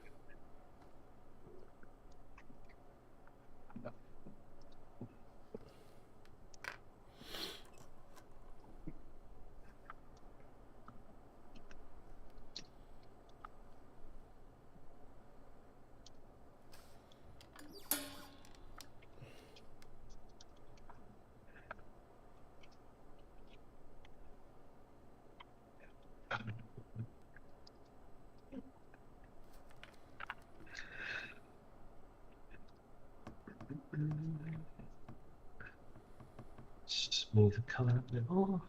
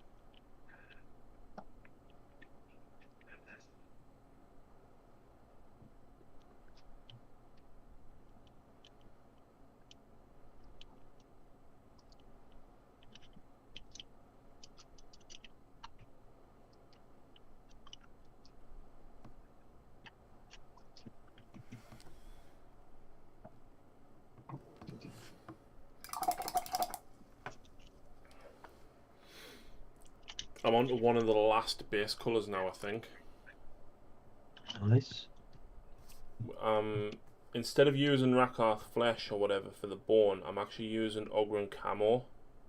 I just think like that green tinge on it will like really work with the green underlight. Yeah. So like all the teeth and everything, I'm doing them with Ogren camo.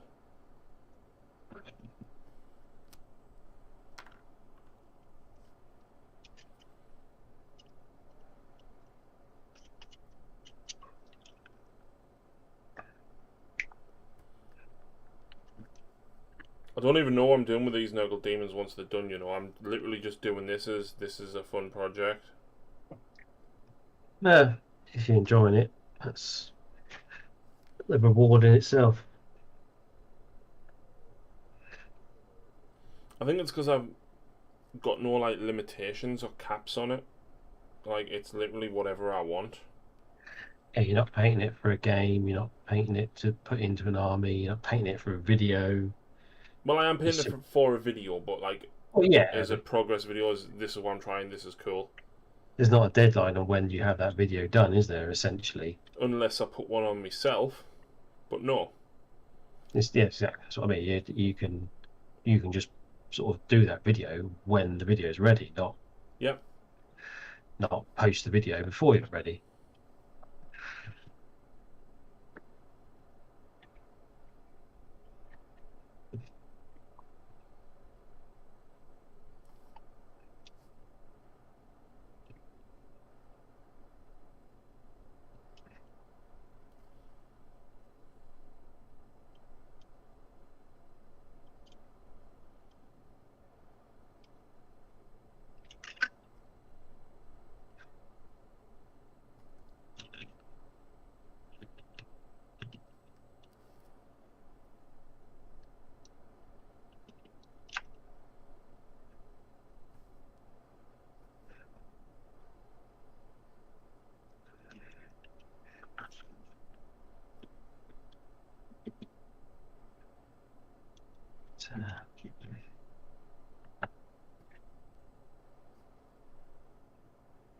Yeah, I think the only sort of games I'm really interested in playing, like, miniature-wise at the minute, is Titanicus, to be honest. Yeah. You've Just got a buddy simply down because there that plays that, though, haven't you? I have got a mate that plays it, yeah, and I've got a few people at the club play it as well. Is your club back open yet? Yeah. Yeah, it's been open, I think, since probably the same time Battle Bunker opened, I think. Right. The actual gaming tables, anyway. The shop's been open pretty much the whole time, but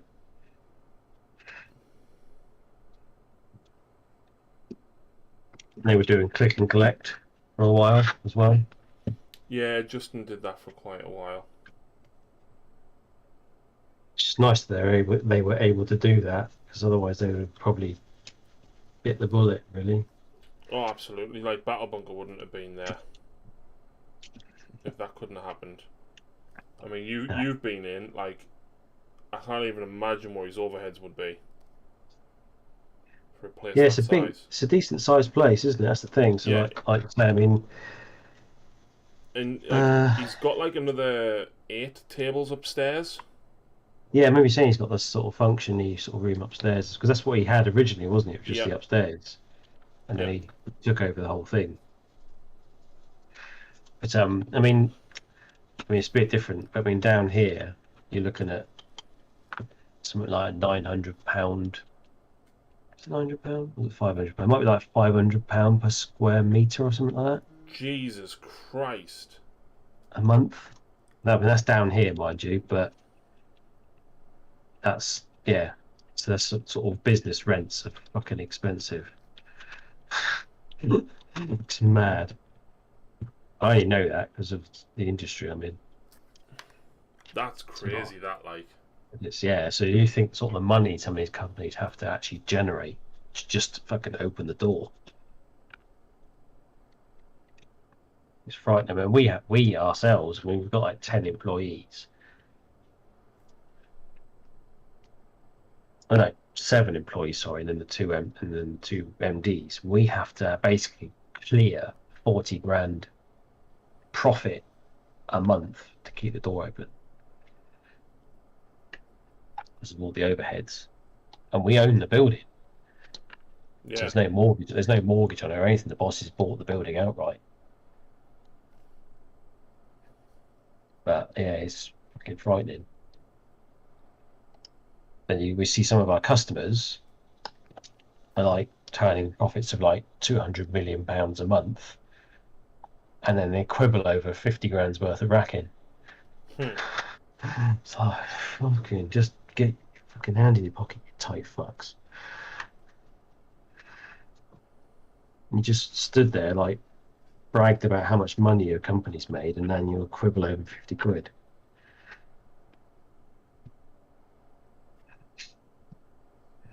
Then it's probably like House of Cards, probably. Just got the grey and then the white to do on the OSL. I think I've done all the OSL. Or at least the vast majority of it anyway. I'm sure I'll find more. You always do, man. Yeah. That's another reason why I don't mind painting. I like painting big models as opposed to painting things like squads, because you paint things like squads, I always find I miss something. Because every model is slightly different. So that same part is in a different place. Yeah. Kind of thing. So like a grenade pouch or something silly like that is glued in a different position, so you don't spot it. And when you line them all up and you finish, you're like, oh, shit, I missed that, I missed that, Yep. and I also missed that. It's like, great. Get the brushes out. Start again. The only sort of batches of models I might be getting at some point will be if they actually do release this alleged Horus Heresy box. Because it's got a plastic, theoretically has a plastic Spartan tank in it. Yeah, so that's something I might be interested in. I'm all over that. I'll sell the beakies. I'll keep the Terminators, but I will sell the beakies, and I'll probably sell the characters. I just want the tank and the Terminators. It'll be interesting to find out if they actually put a rulebook in that box. Well, yeah, I mean the sort of the theories going around is that it's going to be an actual kind of like Age of Darkness starter set, as opposed to like before they've all been just like random silly games that Like had the their own Betrayal rules. of Calth and stuff. Yeah, they've all been like weird little wacky board games. Whereas the pictures they've shown, well, the pictures that got leaked, I should say, were on an actual board. Yeah, they're on like a textured battlefield terrain, like an actual battlefield. Yeah, as opposed to like a cardboard board.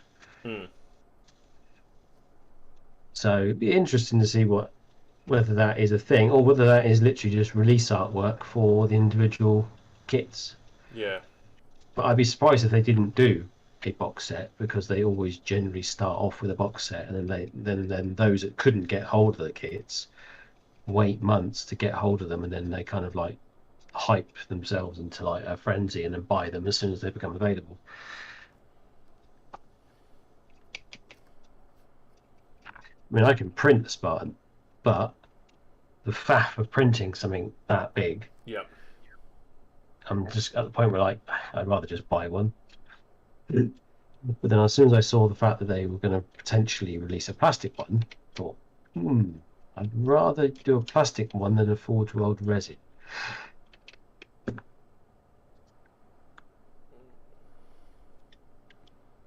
we'll see.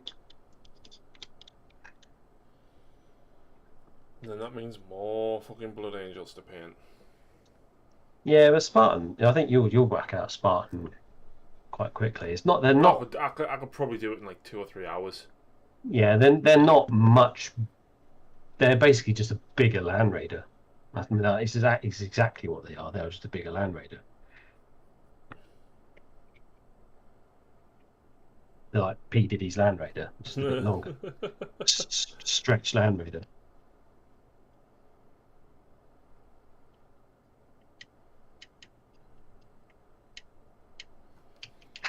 But they do have quad las cannons as opposed to twins, so they are actually quite deadly.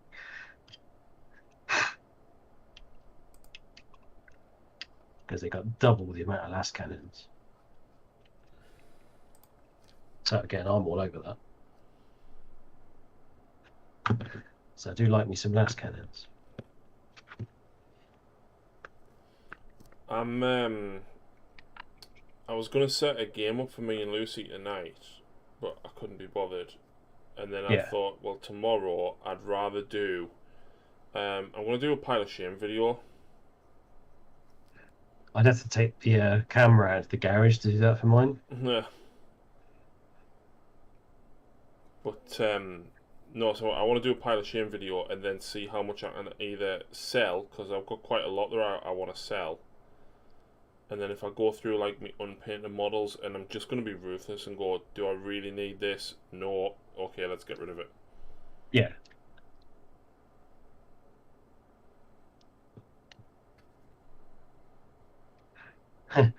Just seen Chaos Swarm. They've the FAQs erratas for the Grey Knights and Thousand Suns and the Hexfire box today. Yeah, I saw that they'd released them. I don't know what's changed in them. I didn't really pay enough attention to the books to. I don't know what's changed in them because I've got the 2 books, but I haven't really read them because I'll only really take it in if I use them. Yeah. If I don't play the game, I won't take it in. I'll read it and go, that sounds cool, and then it'll be like 2 minutes later, it's gone. I think some spells and stuff that I've seen, they've apparently added caps of 6 mortal wounds to them. Right. Okay. Which is kind of fair, I suppose. If something had the potential of doing like 50 mortal wounds, then Yeah, I get limiting it to 6. But like, come on, if that's your intention, like, come on, surely you knew that when you wrote the book.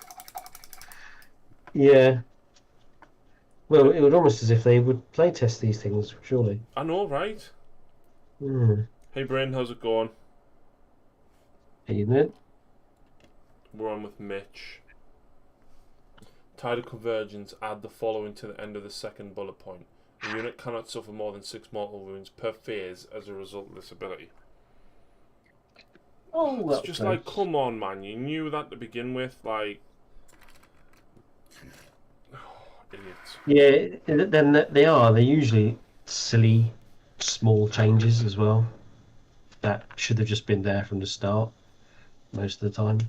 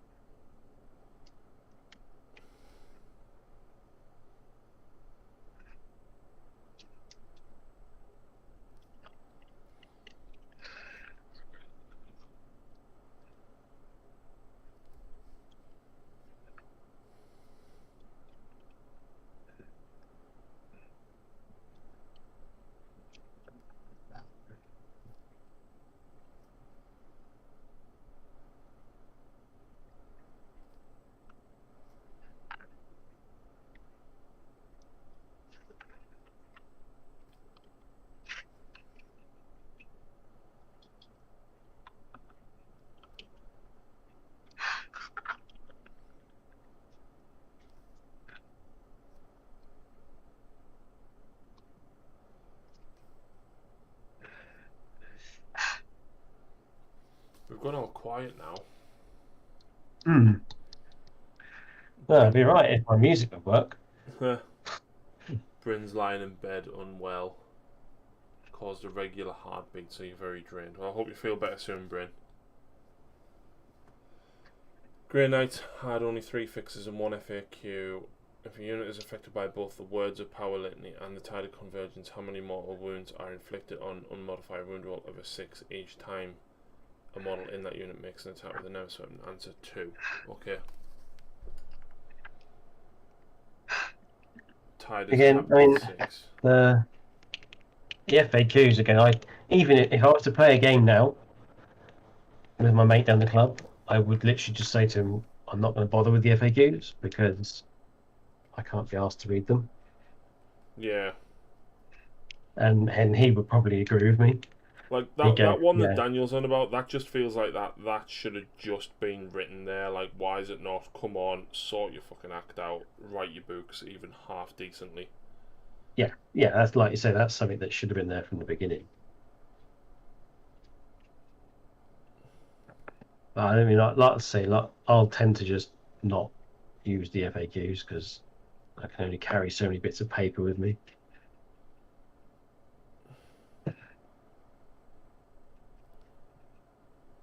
Which is why I would like to have my well, when I can afford to move, get a place back where I can have a game table again. So at least if I've got to have like 9 million bits of paper, I can do it in the comfort of my own home.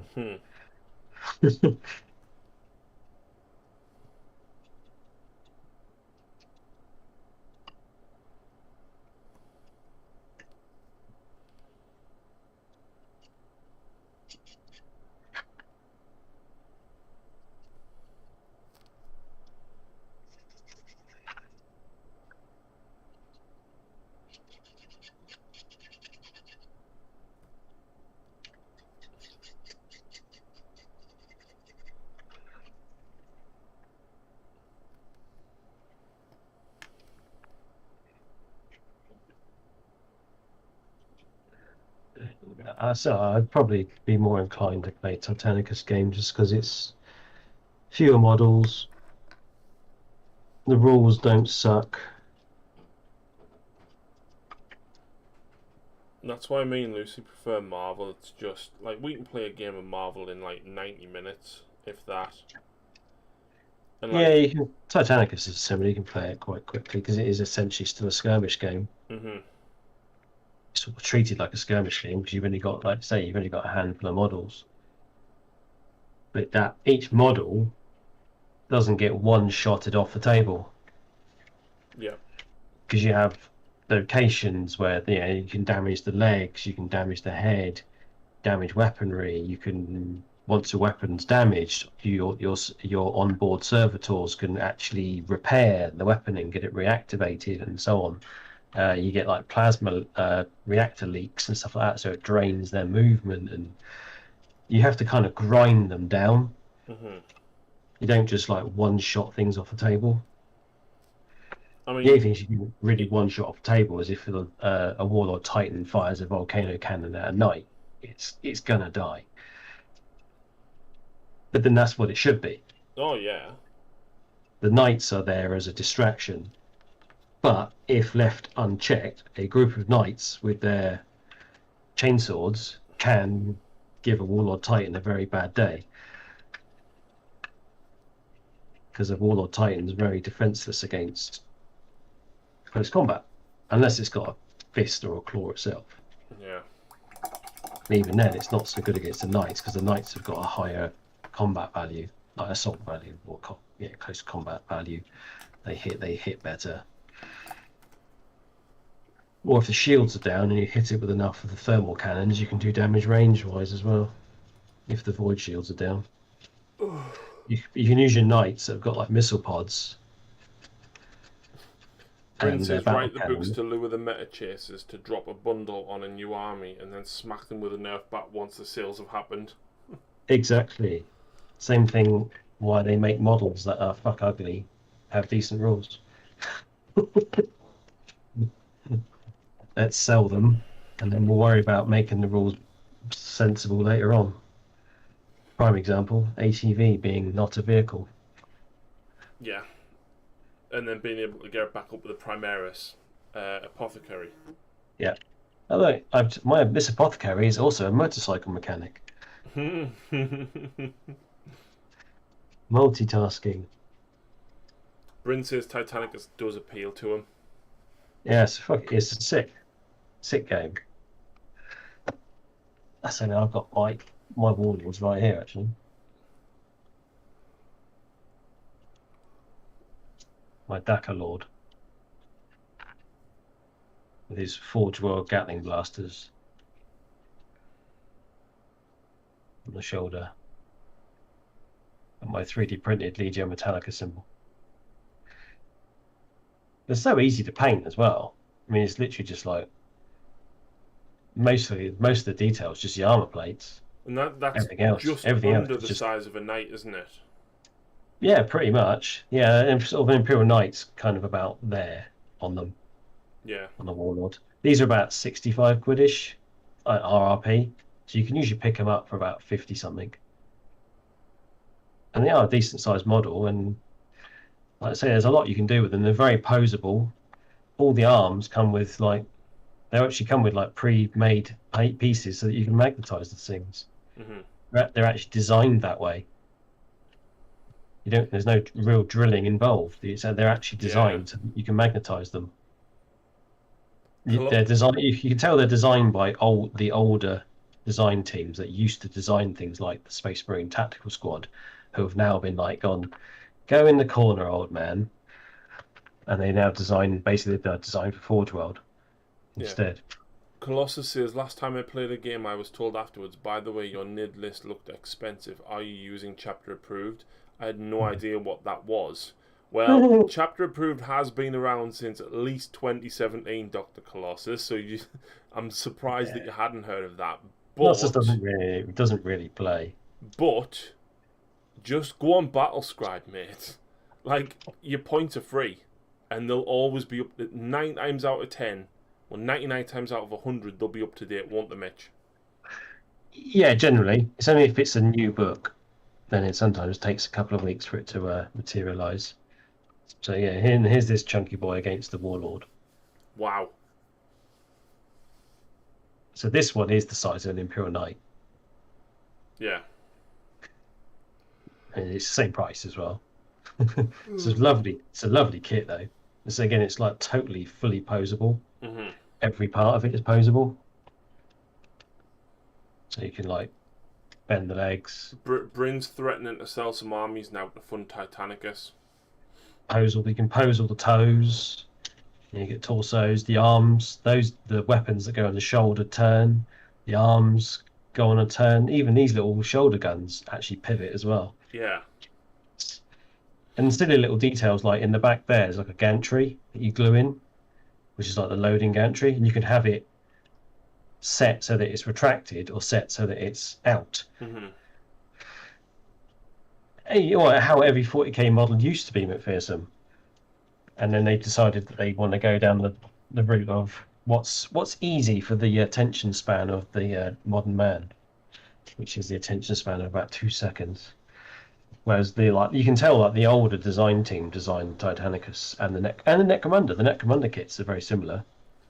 Simon's back. He says, "I just want a decent fantasy game that isn't flank and spank."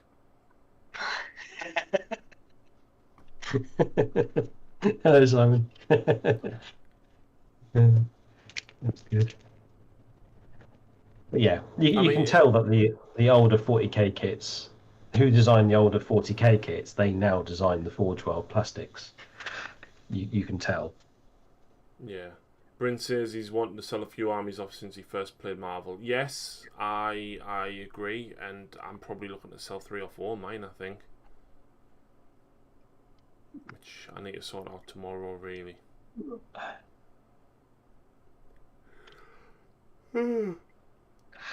Mitch, I think I'm going to head off because I haven't had my tea and I'm hungry now. It's nearly 10 o'clock. Wow. Yeah. I just wasn't hungry earlier. And no, I had 2 burgers before I literally, I shoved the last bit in my mouth and hit go. McPherson asks if I'm selling me Blood Angels. No. It's a silly question. Yeah, that was a silly question. You really like how AOS plays but can't deal with GW's bull pies anymore.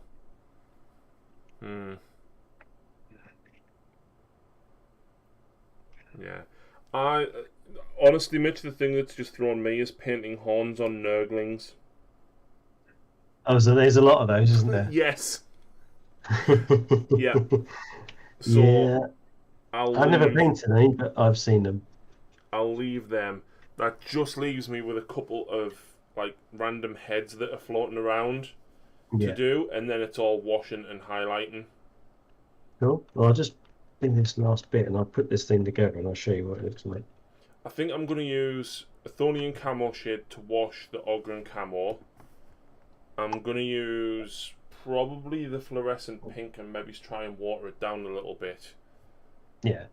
Or use Druchii Violet over the top of the pinks and then highlight with the fluorescent pink. And then obviously highlight the yellow and then highlight the bronze. And then it's a case of done and just underspray. Yeah.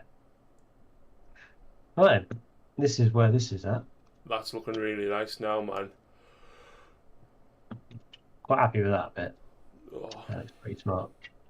yeah, definitely. We got this little. What goes on the very tops of the four corner pillars then? These Yeah. nothing. I've just got to paint that there is more of these. It's just a smaller piece of that, Oh, like okay, the okay. black stone. So yeah, they're not far off. Then once I did the guns still, like the death rays, and I've got to sort of lighten that center orb still, and so do the death rays, and then realistically I've just got that guy to do. I might even finish that. I won't be streaming tomorrow because I'm out all day tomorrow. Yeah. But I might actually get it finished Sunday. The only thing we've got planned is we're going to take Roxy up to my mum and dad's caravan again, walk her with Spanner and Charlie. We've been trying to get her used to other dogs. Yeah. She is getting a lot better. She really is. She walks with Murphy quite well. She's not bothered about Murphy, but when if they're on the lead and they're walking, if you stop, you can give them both treats. They're fine. They don't bother each other. Yeah. But I've been taking her into the garden with Murphy, and sometimes they don't like it. But we've just got to keep doing it. Yeah. Your cat is called Roxy, Simon. Well, Roxy is our three-legged pooch. Yeah, I think that's Blackstone actually looks alright, that colour. That's really nice, that, man. Makes like a dark against the light. See, I might keep it like that actually. I'm quite happy with that. Now I can see it. It was painful doing one of those, so I might just do them one at a time. Yeah. There's a lot of dry brush in that. But no, I'm quite happy with that now. I'm getting somewhere. Yes, on that note, kids. Yeah. I'm going to head off. We will be calling that a day. Are you calling it a day as well? Yeah, I'm going to call it a day as well. Fair enough. In that case, thank you very much for everybody that's watched on Mitch's stream and mine. I appreciate everybody, as does Mitch. Thanks and for the company, if you're not following Mitch, by the way, guys, go and give him a follow. Like, there's no reason not to. Yeah, you can always, if you don't want to see my notifications, just hit the little bell button. So you don't get bugged every time. You won't get bugged by me going online very often because I don't. I'm probably going to try and get on either tomorrow or Sunday because I feel like I'm reasonably close to getting these finished already. It'll be Sunday for me as well because say I'm out all day tomorrow. Yeah. Cool. In that case, Mitch and chatters, thank you very much. And I'll see you again very soon. Yes, catch you later.